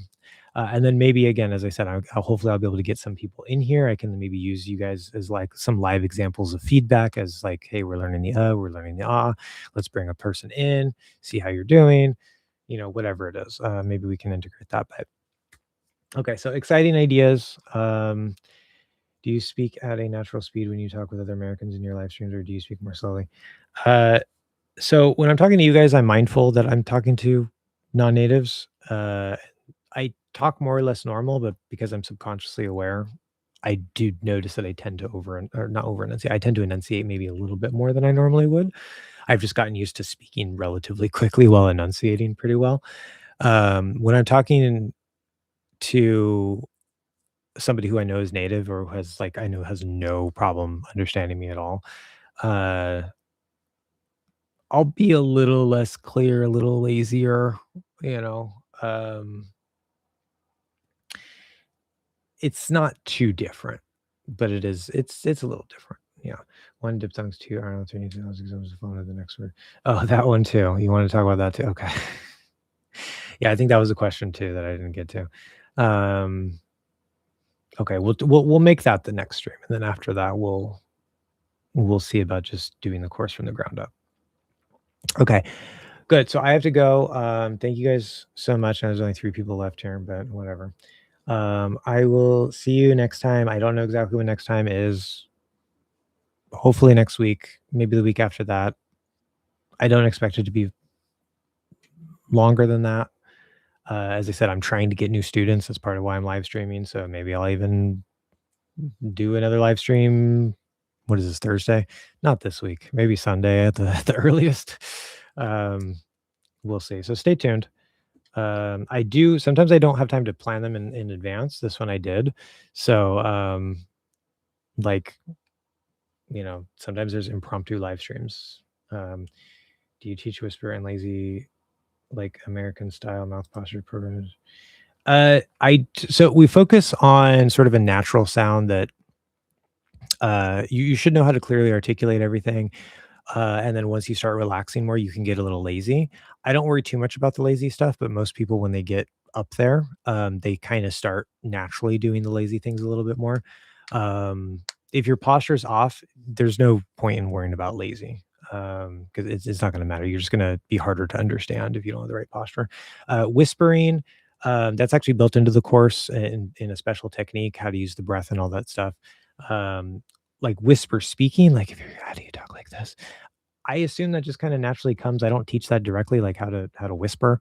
We use that for the valve mostly. So yeah, as I said, stay tuned over the next couple streams. We're gonna build it from the ground up, and you'll see everything that I go through. And then if you're able and interested to actually take classes, you can choose from there. But you're welcome, Atan. Thank you guys. See you next time.